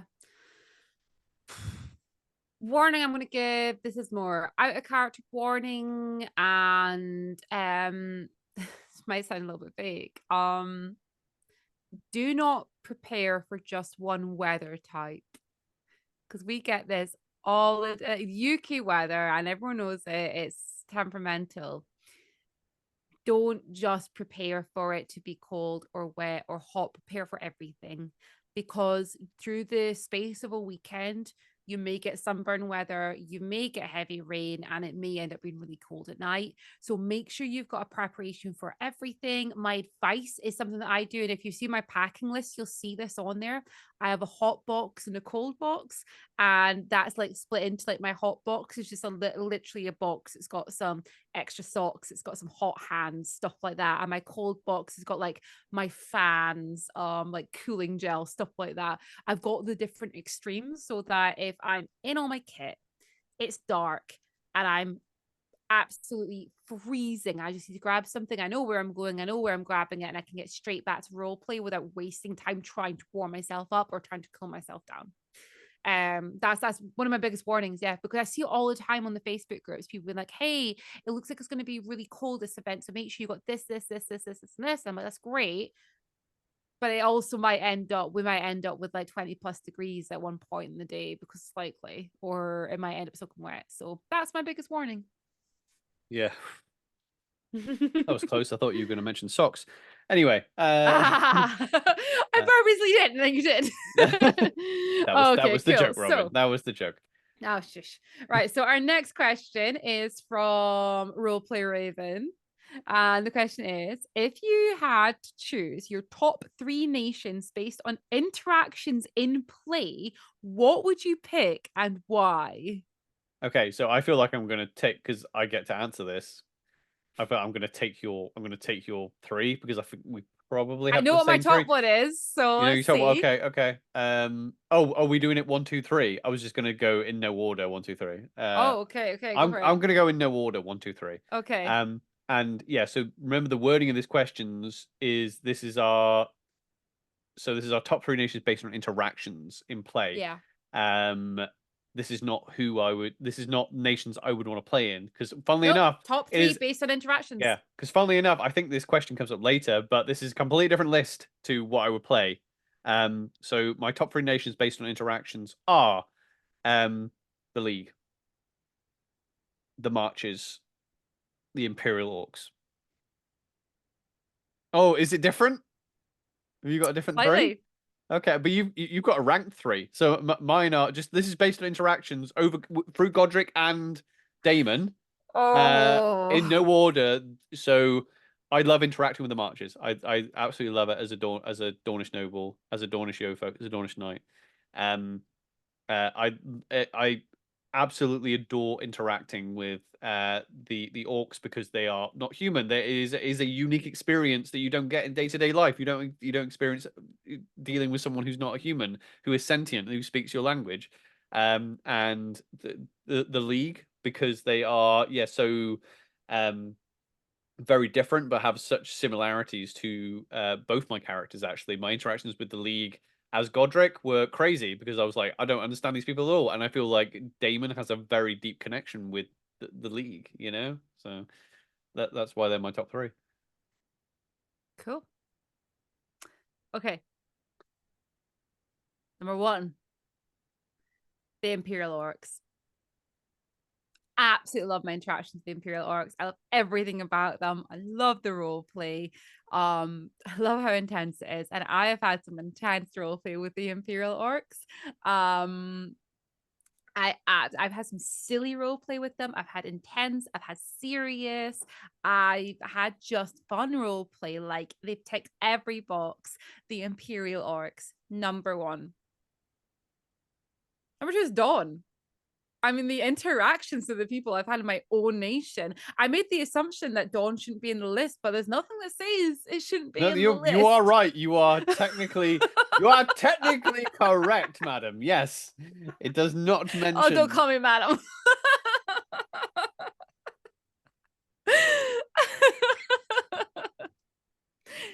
Dawn. Fair enough. Yeah, fair enough. Yeah.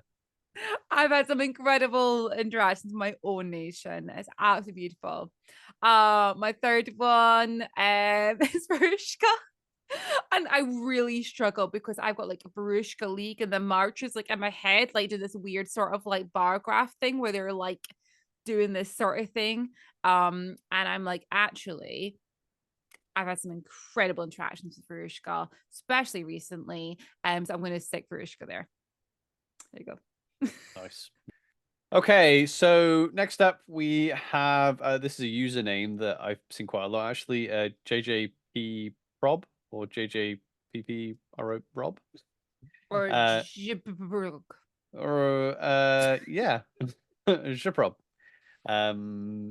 So which LARPers on the Empire field inspire you the most? Which is a very difficult question to answer. Good luck, you're first. Not difficult because there's no inspiring people, but difficult because, I was gonna be like super generic about this and be like, oh, all the people in this part of the game are really don't cop inspiring. out. Don't cop out. We want Right, names. you know what? I'm gonna give you 3 names. 3. Okay. I brought it down to 3 in my head. That's 3 people that are gonna love you and 1,000 people are gonna hate you. Oh shit.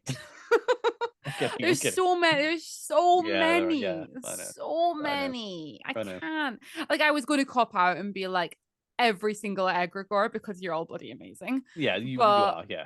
Yeah. let's just go for right. Okay. Mark, who literally is in our group. Mark Coombs, who plays Morgan, absolutely incredible role player, and has personally helped me quite a lot. Especially when it came to developing Nymeria. I spent a lot of time chatting to you and a lot of time trying to figure things out. And you helped me create the character that I wanted to create rather than the character I felt I should create. I like 100%. Like, you've inspired me quite a lot. Yeah. Can I jump? Oh, sorry. Of course you can. I've still got more, but of course you can jump in. Go for it. On Mark because Mark's on my list as well. You can jump on Mark. You can. Yeah, I was like Mark's on my list as well because not only like before we met Mark and that we found out about the content creation as well. So the fact that Mark is a content creator and a LARPer and is kind of trying to enjoy the game the same way that we are as well. And there are a few other people on that field that are the same. But just as a role player, Mark with Morrigan is just transforms, from and just quite inspiring how he manages to do that and really just throws himself into the role play and just absolutely goes for it. And she goes, no, I am this character in this moment. I am this character, So Mark's on my list. I just wanted to kind of add instead of just retreading the same thing. So next on my list is Jeff Senior, who plays Thrash. You have inspired me a huge amount actually. Like, watching you do that, like from both of my characters, like I feel like I found myself in so many role play moments with you, so many different situations, and the fact that even now you kind of pull me and bring me into different parts of the game and make sure that it is accessible to me and to so many others as well. I think you do an incredible job at creating game for other people and pulling so many people into various parts of the game. I think that's really important, especially in a system like Empire when there's so many players on the field. Also, like, Euro play just in general is absolutely incredible. Watching you stand up in that glory square before every single battle that we have, listening to your speeches that you come up with, the way that you inspire and rile up an entire nation is absolutely wonderful. Even though we get a lot of comedic value in there as well, with the way that you G everyone up is just perfect. Love it. My third one is Georgia, who plays Amberlane. You are the previous podcast guest once again. If you want to hear about the marches and being a general of the marches, go check out Georgia's episode. You are the badass warrior woman that I strive to be. Basically, like, seeing you in military council, hearing your name spoken, watching you walk across the field, you are just like that is what I aim to be.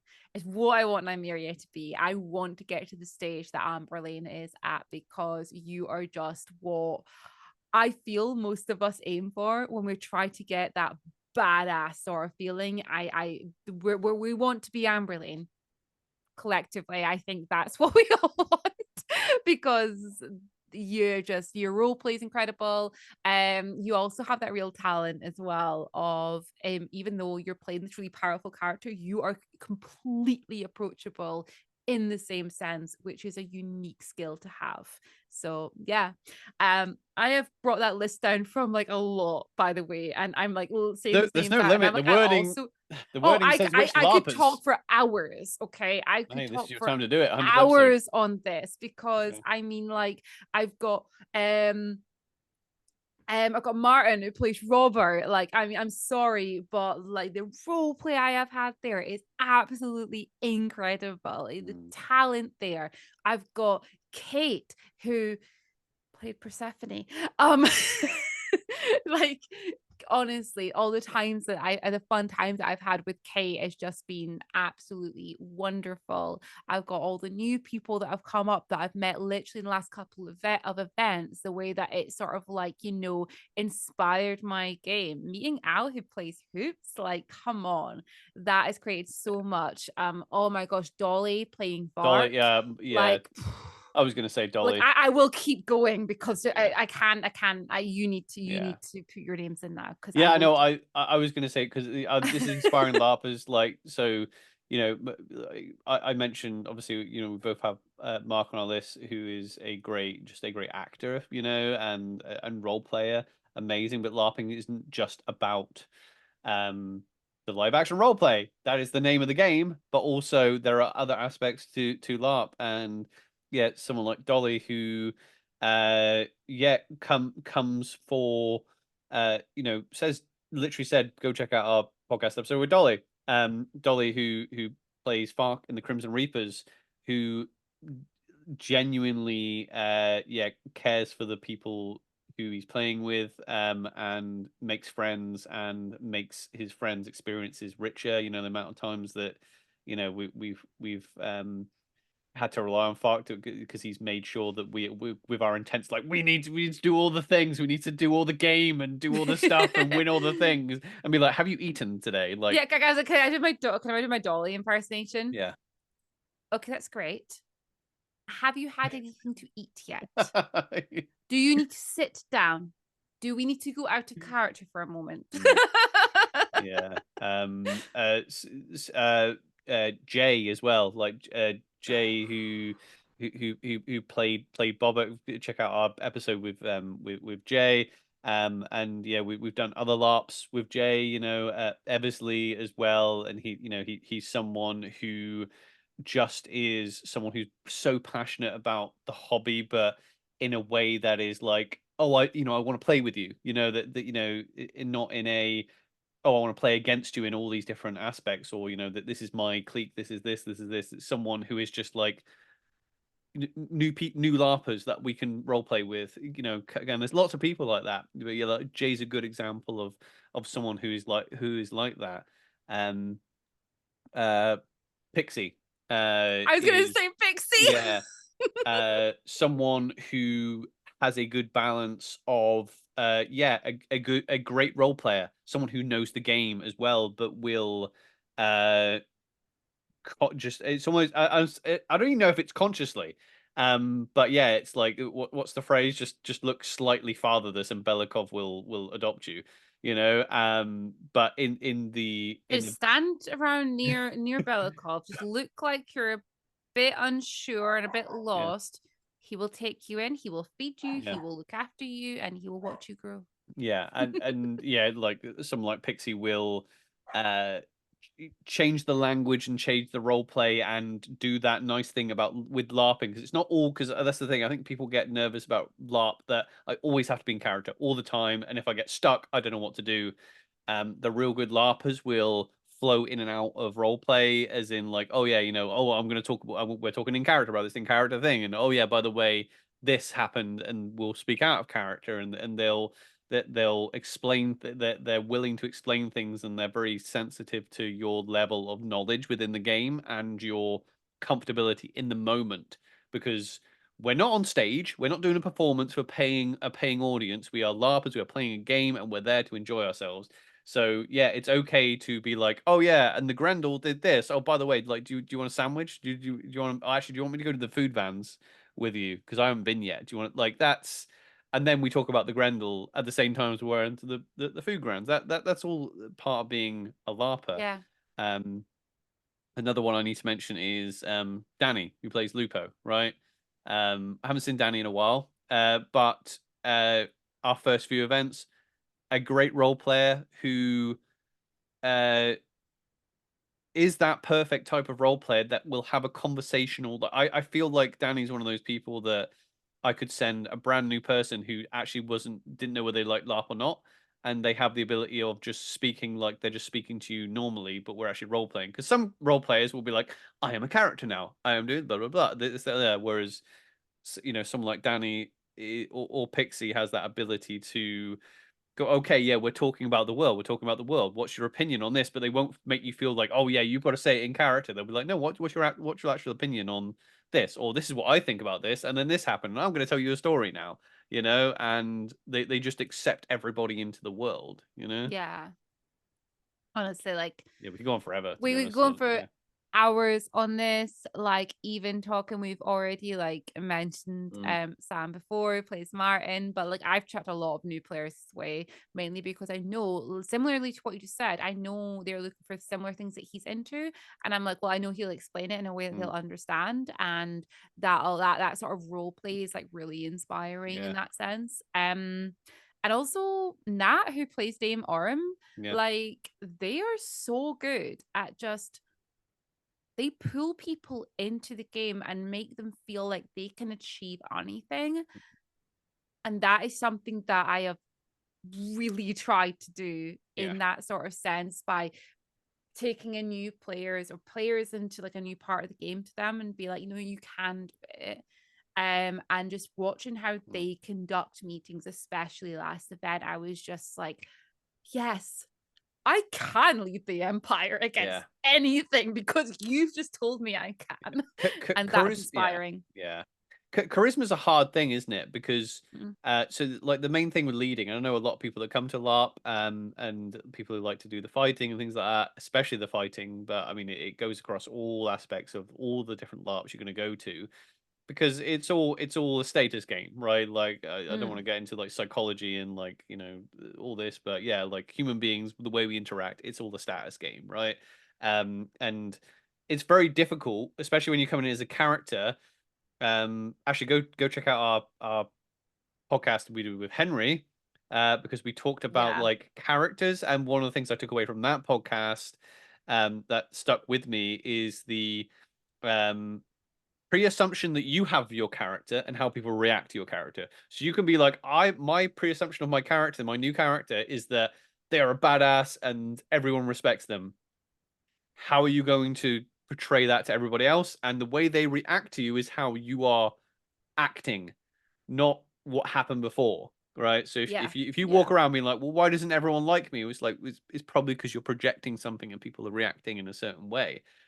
So what do you do when you're like, I want people to follow me? So being a leader is not about whether you are the best qualified or whether you can shout the loudest or whether you're the best at something. Being a good leader is being someone who people want to follow. Like, and Yeah. that is a very, very difficult thing. And it does require an X factor. And a lot of these people who are inspiring LARPers have that charisma factor. They have that, like you said They with do. Nat, like just Yeah, they do. they have a way of being like, oh, people want to listen to you and want to follow you, but they're not demanding it.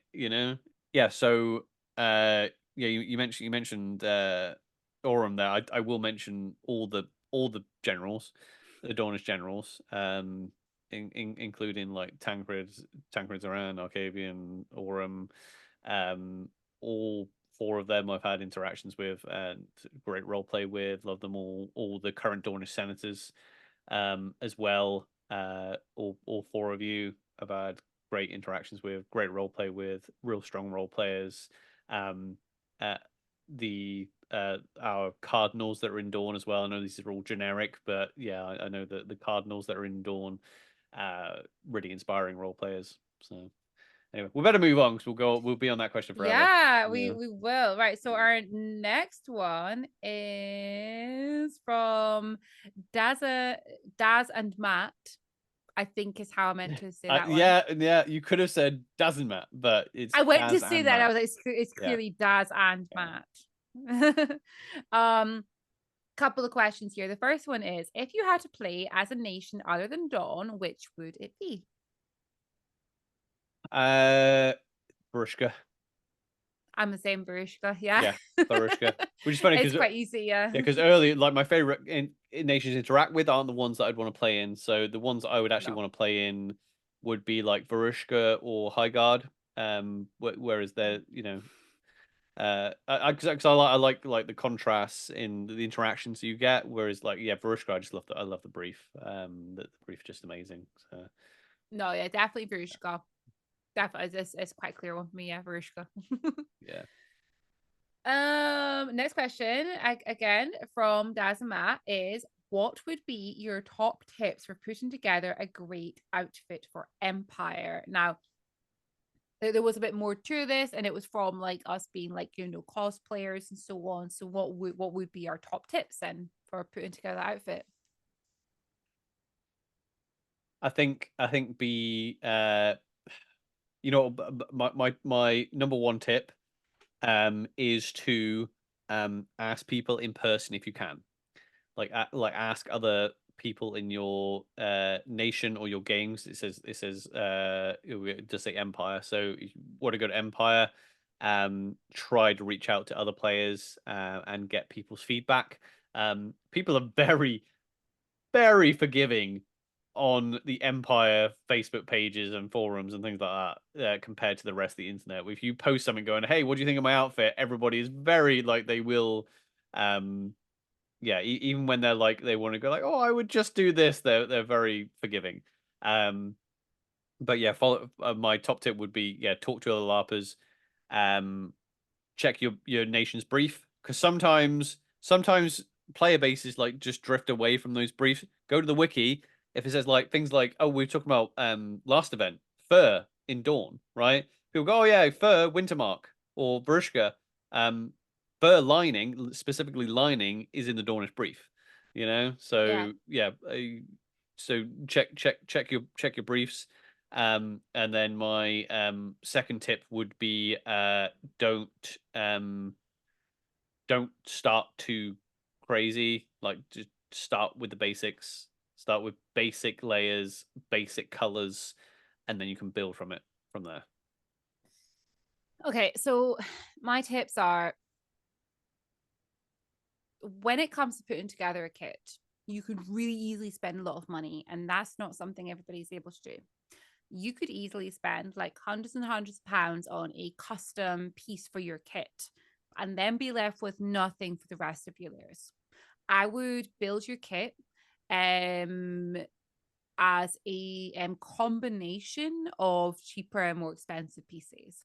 And what I mean by that is using places like your charity shops, using more low cost shops, both like out in town and like also online, using these lower cost shops to be able to build the base layers, even if it's just simple things like, okay, I'm going to get like 3 or 4 pairs of like generic thin LARP sort of looking trousers, and I'm going to get a load of them really cheap.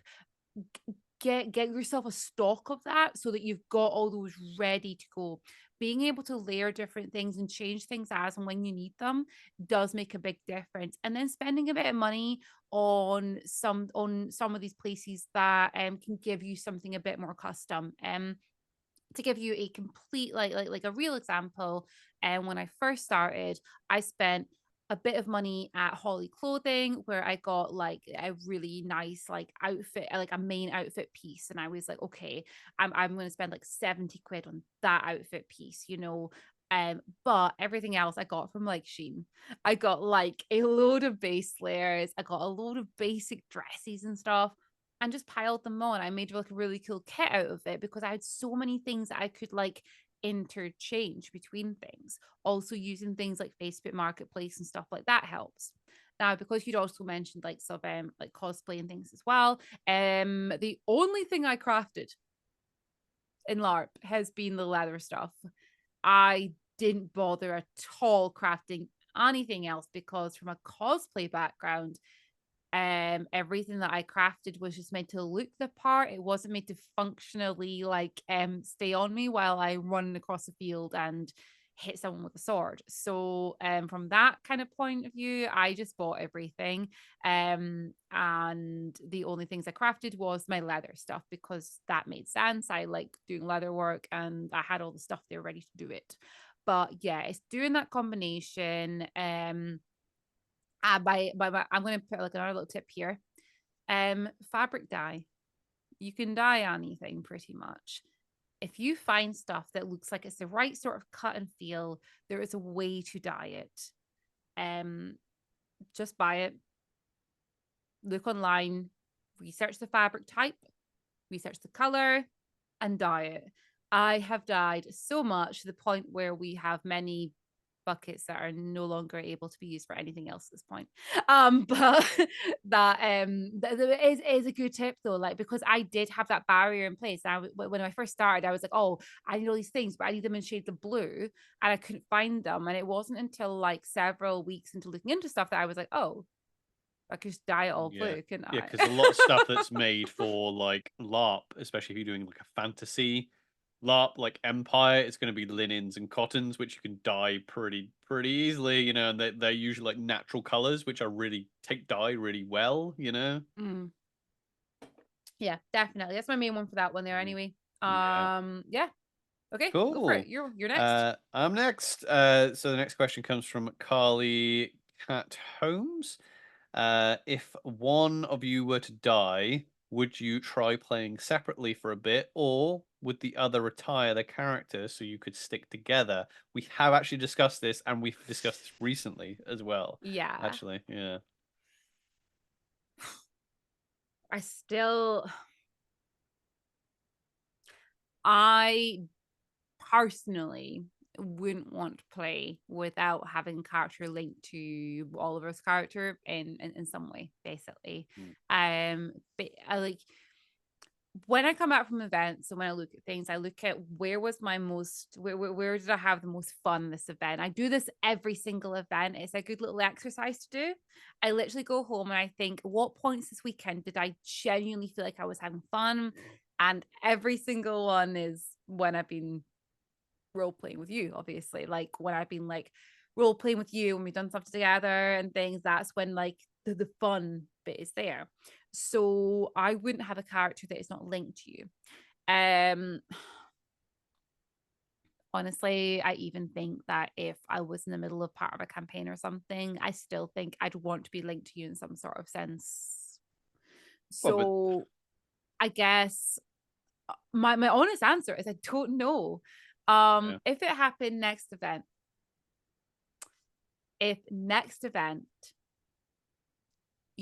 Daemon died, I don't feel I'm far enough into Nymeria's story, even though there's a lot of stuff coming up that I know she's going to be part of. Yeah. I don't feel I'm far enough into it to be able to be uncomfortable with letting her go. Mm. Basically, if you'd went.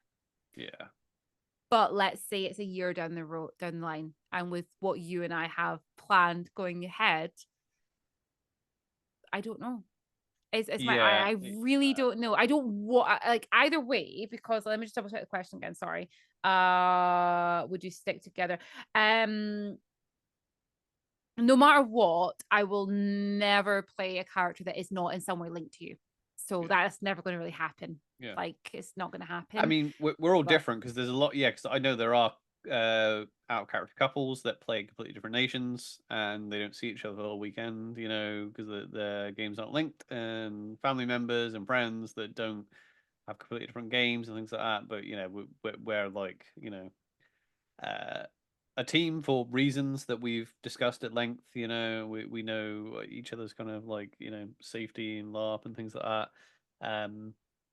So I think the consensus was that we would discuss it currently because, yeah, I mean, literally last event, Damon with practically apart from a tournament and a couple of strikes, you know, Damon was doing political PvP and on the battlefield he was mainly just relaying orders.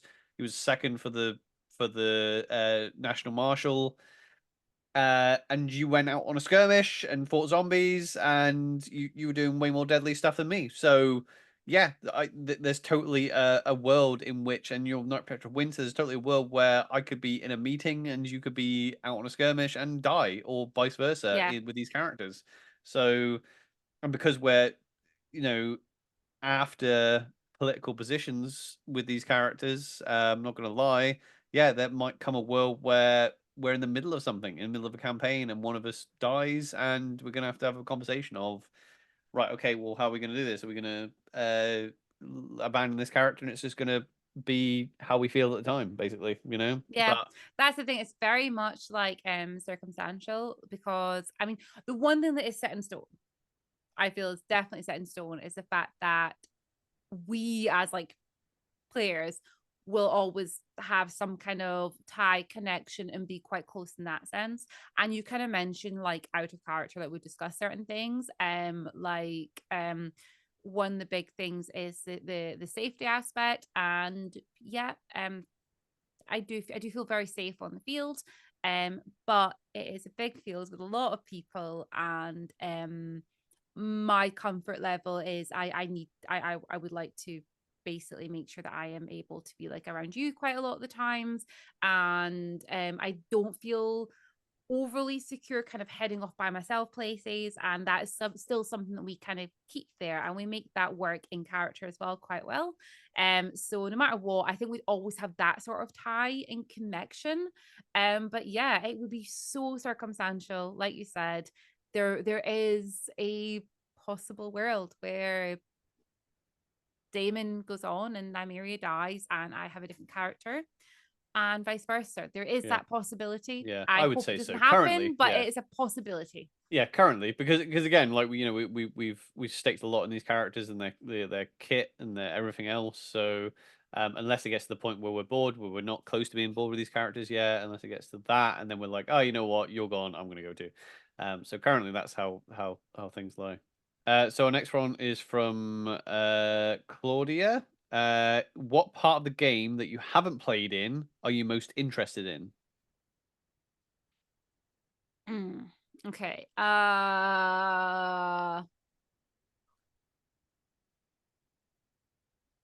Shit, I can't just think of an answer to this one.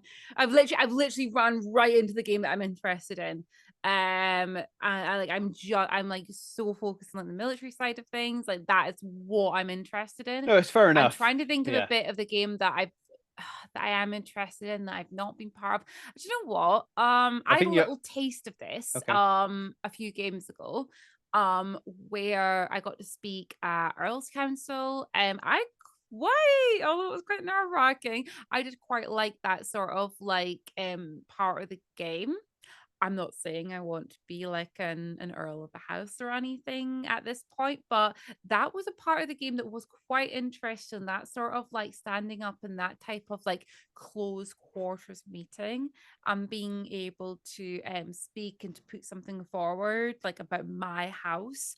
That was quite interesting. I feel like maybe in the future that might be something that I might be drawn towards, Yeah. perhaps.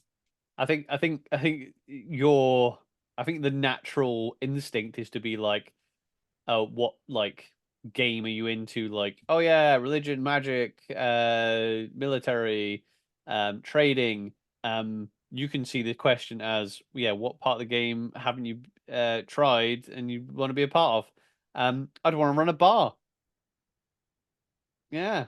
Yeah. Or a tea house or something. Yeah, I would love to do that at some point. You know, what one day, you know, when I'm fed up with the kind of, you know, political highs of the game, just yeah, running a really really good bar establishment, or Yeah. even just like things like the fighting pits. We've said we want to do the fighting pit, the orc fighting pits.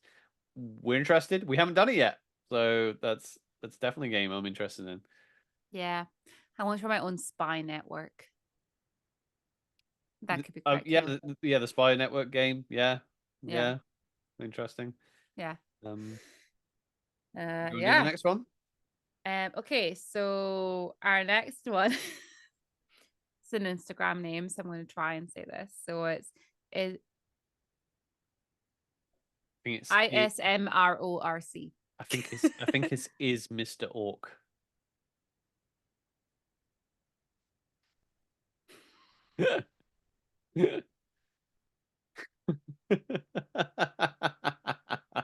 You're like, nah, is Mr. Orc. You've got to keep that in. I'm gonna keep it in. Our next question is from Is Mr. Orc? And Is Mr. Orc is asked, right, what is the best advice you have been given since coming to LARP? And what advice would you now give with your experience? I have a very long answer to this. Did you want to go first? Did you have a shorter answer to this? Because I don't know. I have a long answer to this. Sure, I'll go first then. Yeah. Best piece of advice that I've been given is that every single person on that field, um, so every single person in that field pays the same money, puts in the same amount of time to come and play your character, play what you want, do what is fun for you, and don't move away from a part of the game because you think that OC there's going to be repercussions. Do what is fun for you. That is some of the best advice that I have had, and it's helped me quite a lot. Just do what is fun for you. The next part of the question was the what advice would you now give with your experience? And I think I've already said this already, actually. My main piece of advice is to always say yes. Honestly, it is. If somebody comes up and they're like, hey, I'm trying to find this person. I heard they're over there. Would you be up for, like, do you want to come with me? Do you want to do this? Do you want to do that? Like, saying yes opens up new parts of the game. If someone's like, hey, I've got an encounter at 10 o'clock tonight. It involves ghosts. I need another person. Do you want to come? Like, saying yes will give you more game. Yes, there is always that threat to your character. Like I think we all know that. But saying yes opens up different parts of your game. It opens up new experiences and it creates new bonds and connections with other people throughout the empire. So that is some of the best advice that I can give. Someone comes up to you in the middle of a pub crawl and they want you to come with them to the marchers, say yes, go have some fun. Okay, go for it. Wow. With your No, big I long mean, answer. no. Like you covered a lot of what I was going to say in my answer, to be perfectly honest. Yeah. I mean, my thing is the best advice. I mean, yeah, we've had and that a bit of advice that you said, yeah, that is golden. I would like to like combine these two parts of this question into one, a bit like most wisdom, not empire wisdom, but like real life wisdom. Wisdom is basically taking all the little bits of advice and experiences you have and throwing out the shit bits that you don't like and then putting them in a nice package and giving them off to someone else. So yeah, for me, the best advice, this is accumulated from my experiences and everybody else. Yeah, remember that it is a game. Um, However, these are real people you're dealing with. And that's not a game. Like games are important. Like there is a reason why children and baby animals play games, right? They are a practice run for what you're going to experience in life. And we have talked about bleed quite a bit. That is one of the things. Go watch our episode on bleed. One of our better episodes, I think. Because even like experienced LARPers didn't know about this term, but realized that was a thing I'm quite proud of as well. When we talking about influencing the community, when we talked about bleed, a few people messaged me and we had a few comments saying, "Oh, I've been LARPing for years and I've experienced this, and I didn't realize there was a word for it." Bleed, like so. These are real people you're dealing with. But yeah, always remember that it is a game, and as you said, Robin, you are paying a ticket price to be there to enjoy it. You have as much right as anybody else to go after that title or to run a bar. Like if you're running a tea house, or if you're the you know senator to some territory, or if screw it, if you're the empress, you're both paying the same ticket price. You both have the same right to the same game. Um, Not that it is a everyone gets everyone should get a go at being empress because this is a PvP game. Just bear that in mind that it is a game that you can get better at. That's another bit of advice that is very important. You've got to uh, realize that yes, like every game, like if you play any other sport, any other game, if you play chess, you're going to be terrible the first few games. You come to Empire, you want to be a general. You go in, you don't even know the names of the virtues. You go in 2 years later, and yeah, you'd have a few another missteps, but you're a damn sight better than you were 2 years ago. You were damn sight close to becoming general than you were 2 years ago. You can get better at this. You can get better at role playing, and uh, the better you get, the more fun you're going to have with it. Um, Someone said on our podcast, I think it was Grace when he came on, be unreasonable. Uh, be completely unreasonable with what you want within your game because it is your game. Remember, it's your game that you come to play. Again, be generous and be conscious that you're playing with other people. But in the end, it's your character, it's your story, it is your game. If you don't want to be in that meeting, don't be in that meeting. If you really want that position, say that you want that position. If your character is unhappy, say they're unhappy. If they're happy, say that they're happy. If they're sad, say that they're sad, um, and be in that moment. Because I guarantee you, even if you are not feeling it in that moment, you're going to come back. And this is one of the best things about doing this podcast is that sometimes you go, that was a crap event. I didn't do this. I didn't do that. I'm not sure whether I'm having fun. Even in the moment, you're like, I'm not sure I'm having fun. And then when you come back and then you talk about it with people that you care about, people that are passionate about it, and people that don't know what the hell LARP is. And you went, "What did you do this weekend?" Well, guess what? I led an army to victory this weekend. What did you do this weekend? And you're going to realize how much fun you actually had. Yeah. Yeah, definitely. Next one. Go for it. Is it me? It is you. Do you want me to go for it? Yeah, I'm getting way into it there. This one's from Owen. Do you have any advice for someone with not a huge budget for going to LARP to get armor, clothes, weapons, etc.?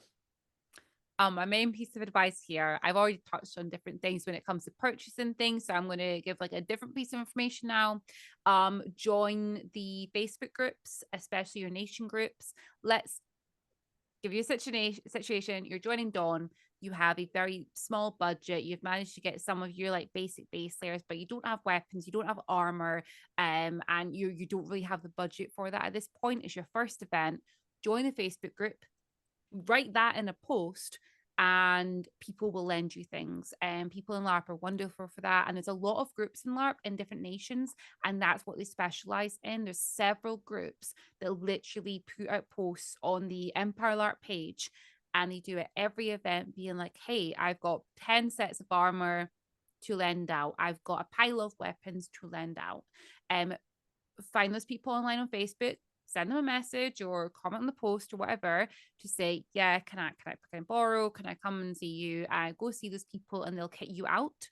And let's say you're at the event and you've not done any of this, but you thought you were all kitted out, ready to go. You're at the event and you've realized, oh, I really could have done with some more armor, or I really could have done with this. Ask people in your nation for some help, and they will point out different groups.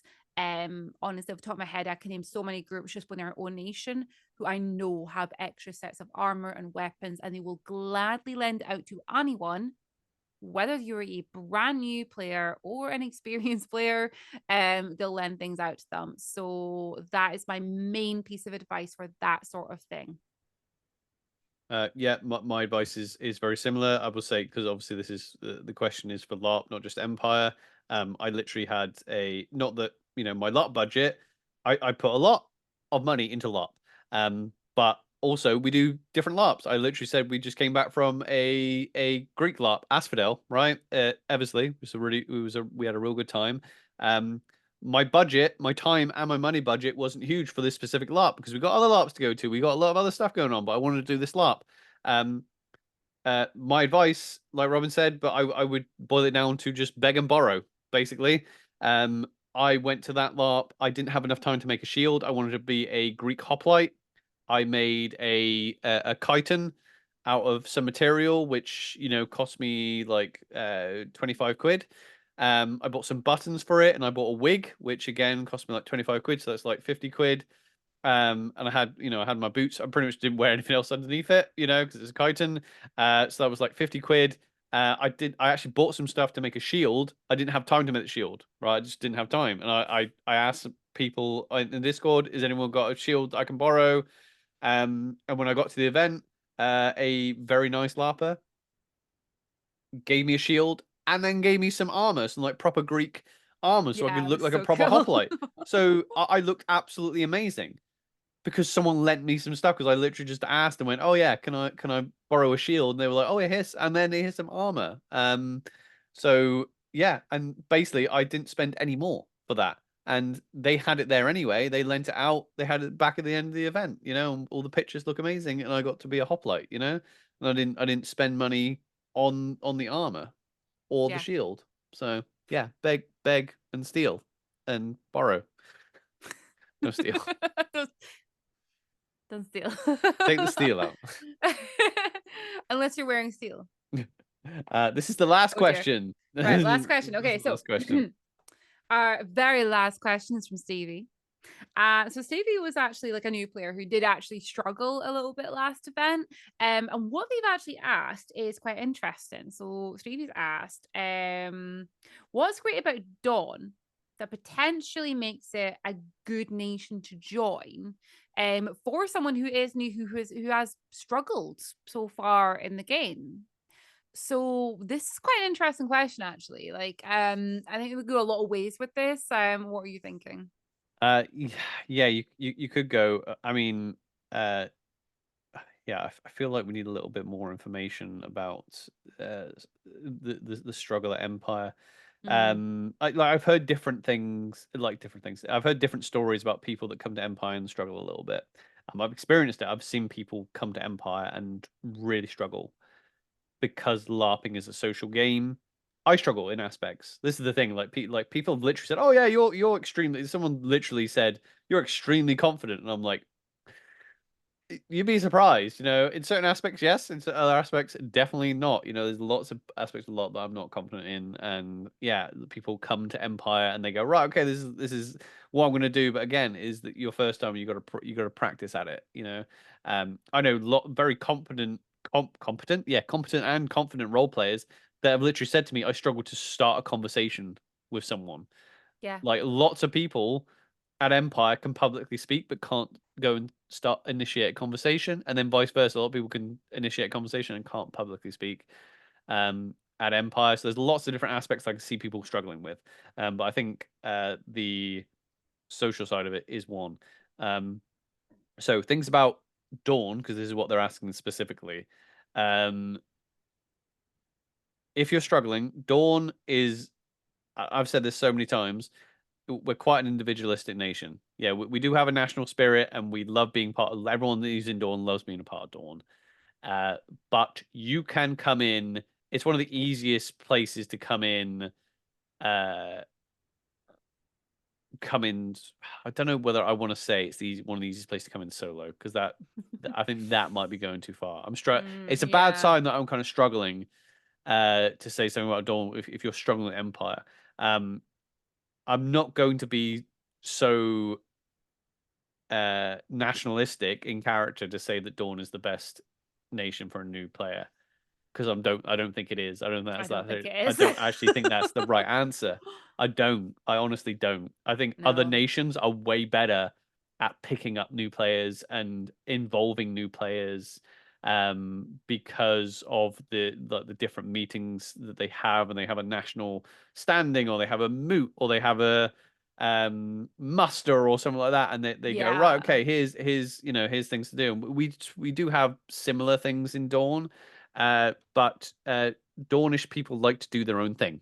They like to, which, if you are someone who likes to do their own thing, Dawn is the perfect nation for you. There we go. I'm trying to spin it in a way Yeah. that, okay, if you are someone that wants to go out on the battlefield and go, I don't want to follow orders. I hate that I'm saying this. I don't want to follow orders. I want to go off and do my own thing. I hate that I'm saying this. People in the military game and Dawn. Dawn seems to be the nation for you, right? If Yeah. if you want to be create your own house that wants to be a villainous house, it seems to be a very good nation for that. You are going to create you're going to create drama easily doing that, because of the ease in which you can do PvP in between, like, national groups in Dawn. Um, Dawn as well. Uh, you're gonna get, okay. I've got. As I'm thinking, I'm coming up with good answers for this. I'm trying to defend my nation. For this. One thing about Dawn that we do better than anybody else, people might disagree with this. We treat character loss better than anybody else. We will give you the best character loss experience.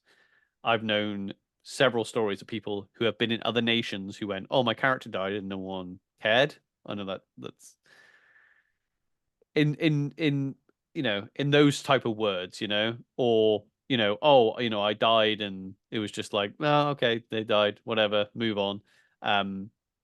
In Dawn, we treat that part of the game better than anybody else, and even if you have friends that die, like, being like dying and being in the Glory Square was one of the best experiences, LARP experiences that we've ever had, even though it sucks dying, but that's something another nation can't give you.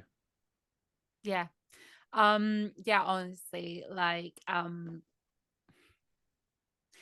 if you have if you've had struggles and you're literally being like, I want to look at Dawn now, how do I know that things will be better in Dawn? Obviously, without knowing the exact struggles that were happening, it's hard to kind of fully answer it, like Oliver said. But what I would definitely say is, again, the character loss thing, 100% Dawn do just beautifully.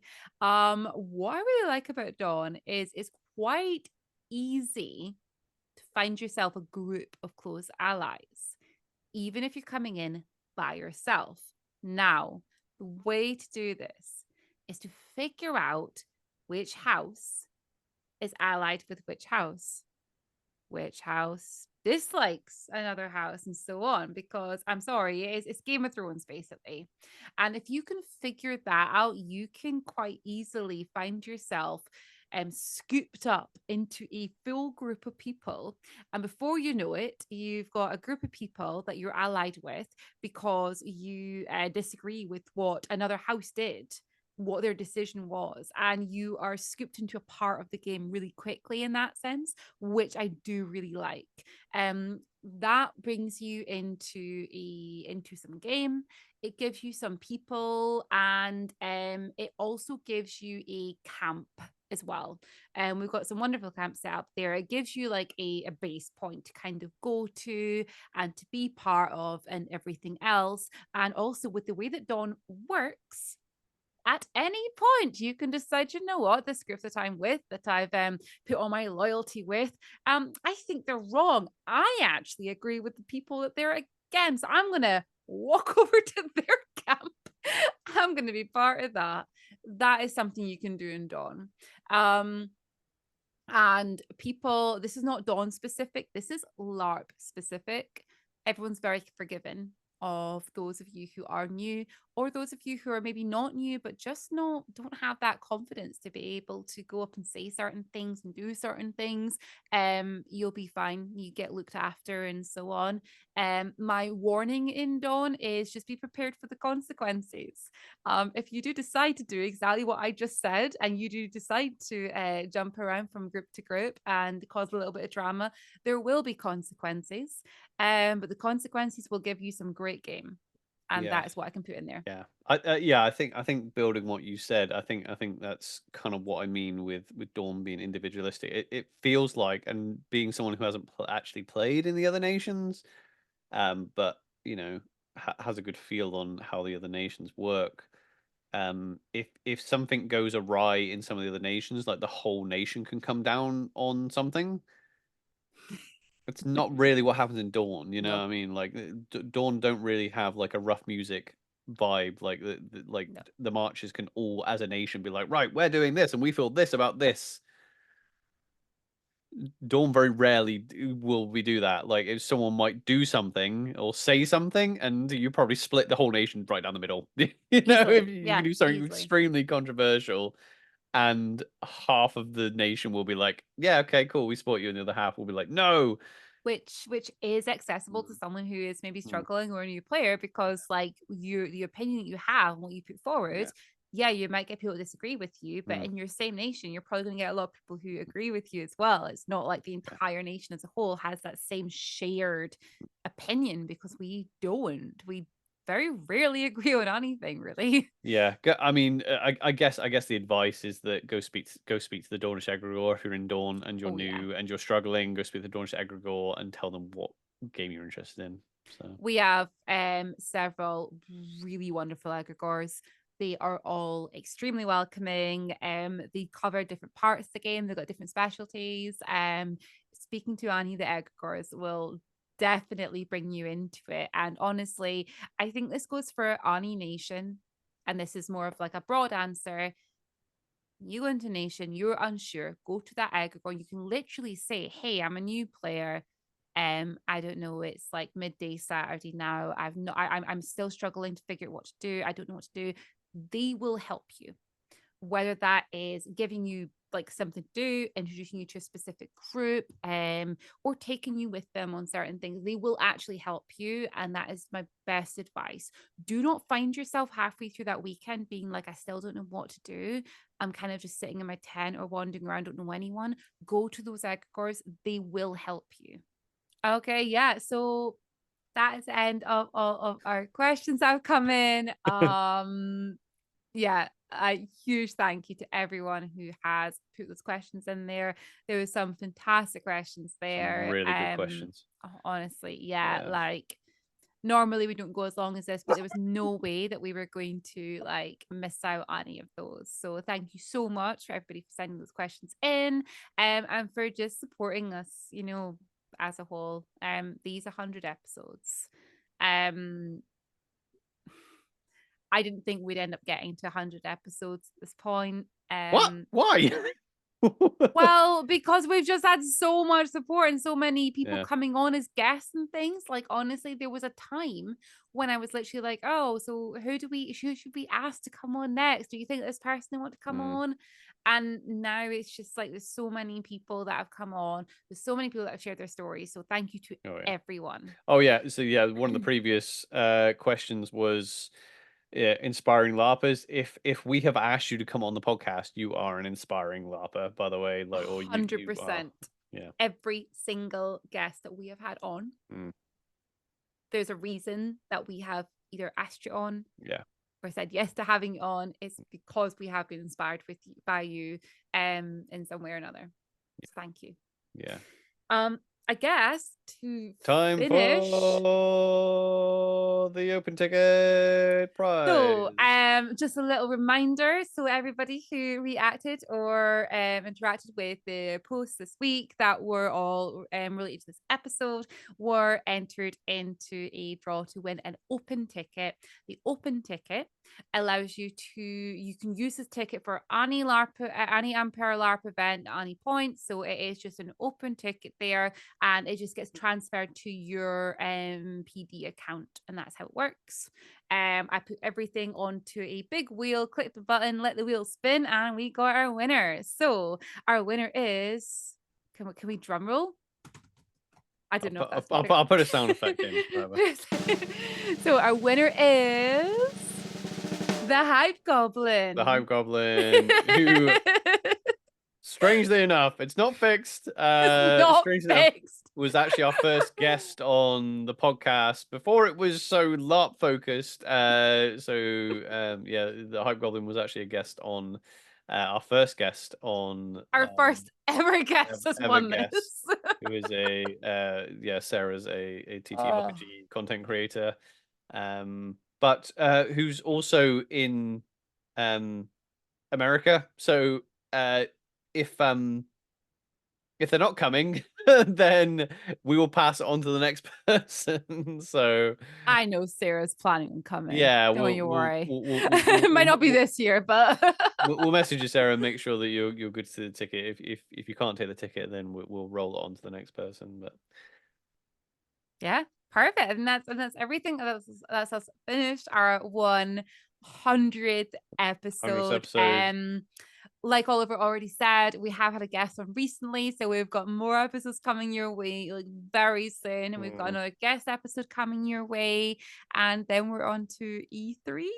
yeah, almost. Yeah, so we're almost at like a 3-hour episode, but I think we wanted to do all these questions, and yeah, it's crazy to me that we've been doing this for 100 episodes. Let's go for another 100. Let's go for a 1,000 for as long as we can keep this going. I have no intentions of slowing down. I can't wait to see all of you at Empire. I can't I do want to also say, last episode 99, I mentioned at the end about people commenting down below who are from other countries, because I know that people come on to the Empire and we talk about Empire and we talk in depth. I always consciously all the time try to keep this from the view of someone who doesn't come to Empire and also can't come to Empire, because people just like to tune in to listen to the LARP tales. People are LARPing. So yeah, sometimes people, especially some of our guests, will come on and they'll talk about different aspects of the Empire game, but I'm always conscious and I'm always grateful that some of you do listen from across seas. We had someone we had someone from New Zealand ask a question, did we not? Yeah, that's right. Yeah, we had a listener from New Zealand ask a question today on the episode. We have had people from like Australia and the States and Europe comment and on Instagram and on YouTube and things like that. So yeah, thank you if you're listening from overseas. Yeah, I'm gonna keep waffling. We better just wrap this up, right? Thank you everyone for being part of this epic journey so far, and yeah, we hope to bring you, as Oliver has already said, many more episodes and many more LARP tales. Yeah, I'm not even going to do an outro. That's perfect. We love you very much, everyone. Stay safe. Here's to 100 more. Bye-bye. Goodbye.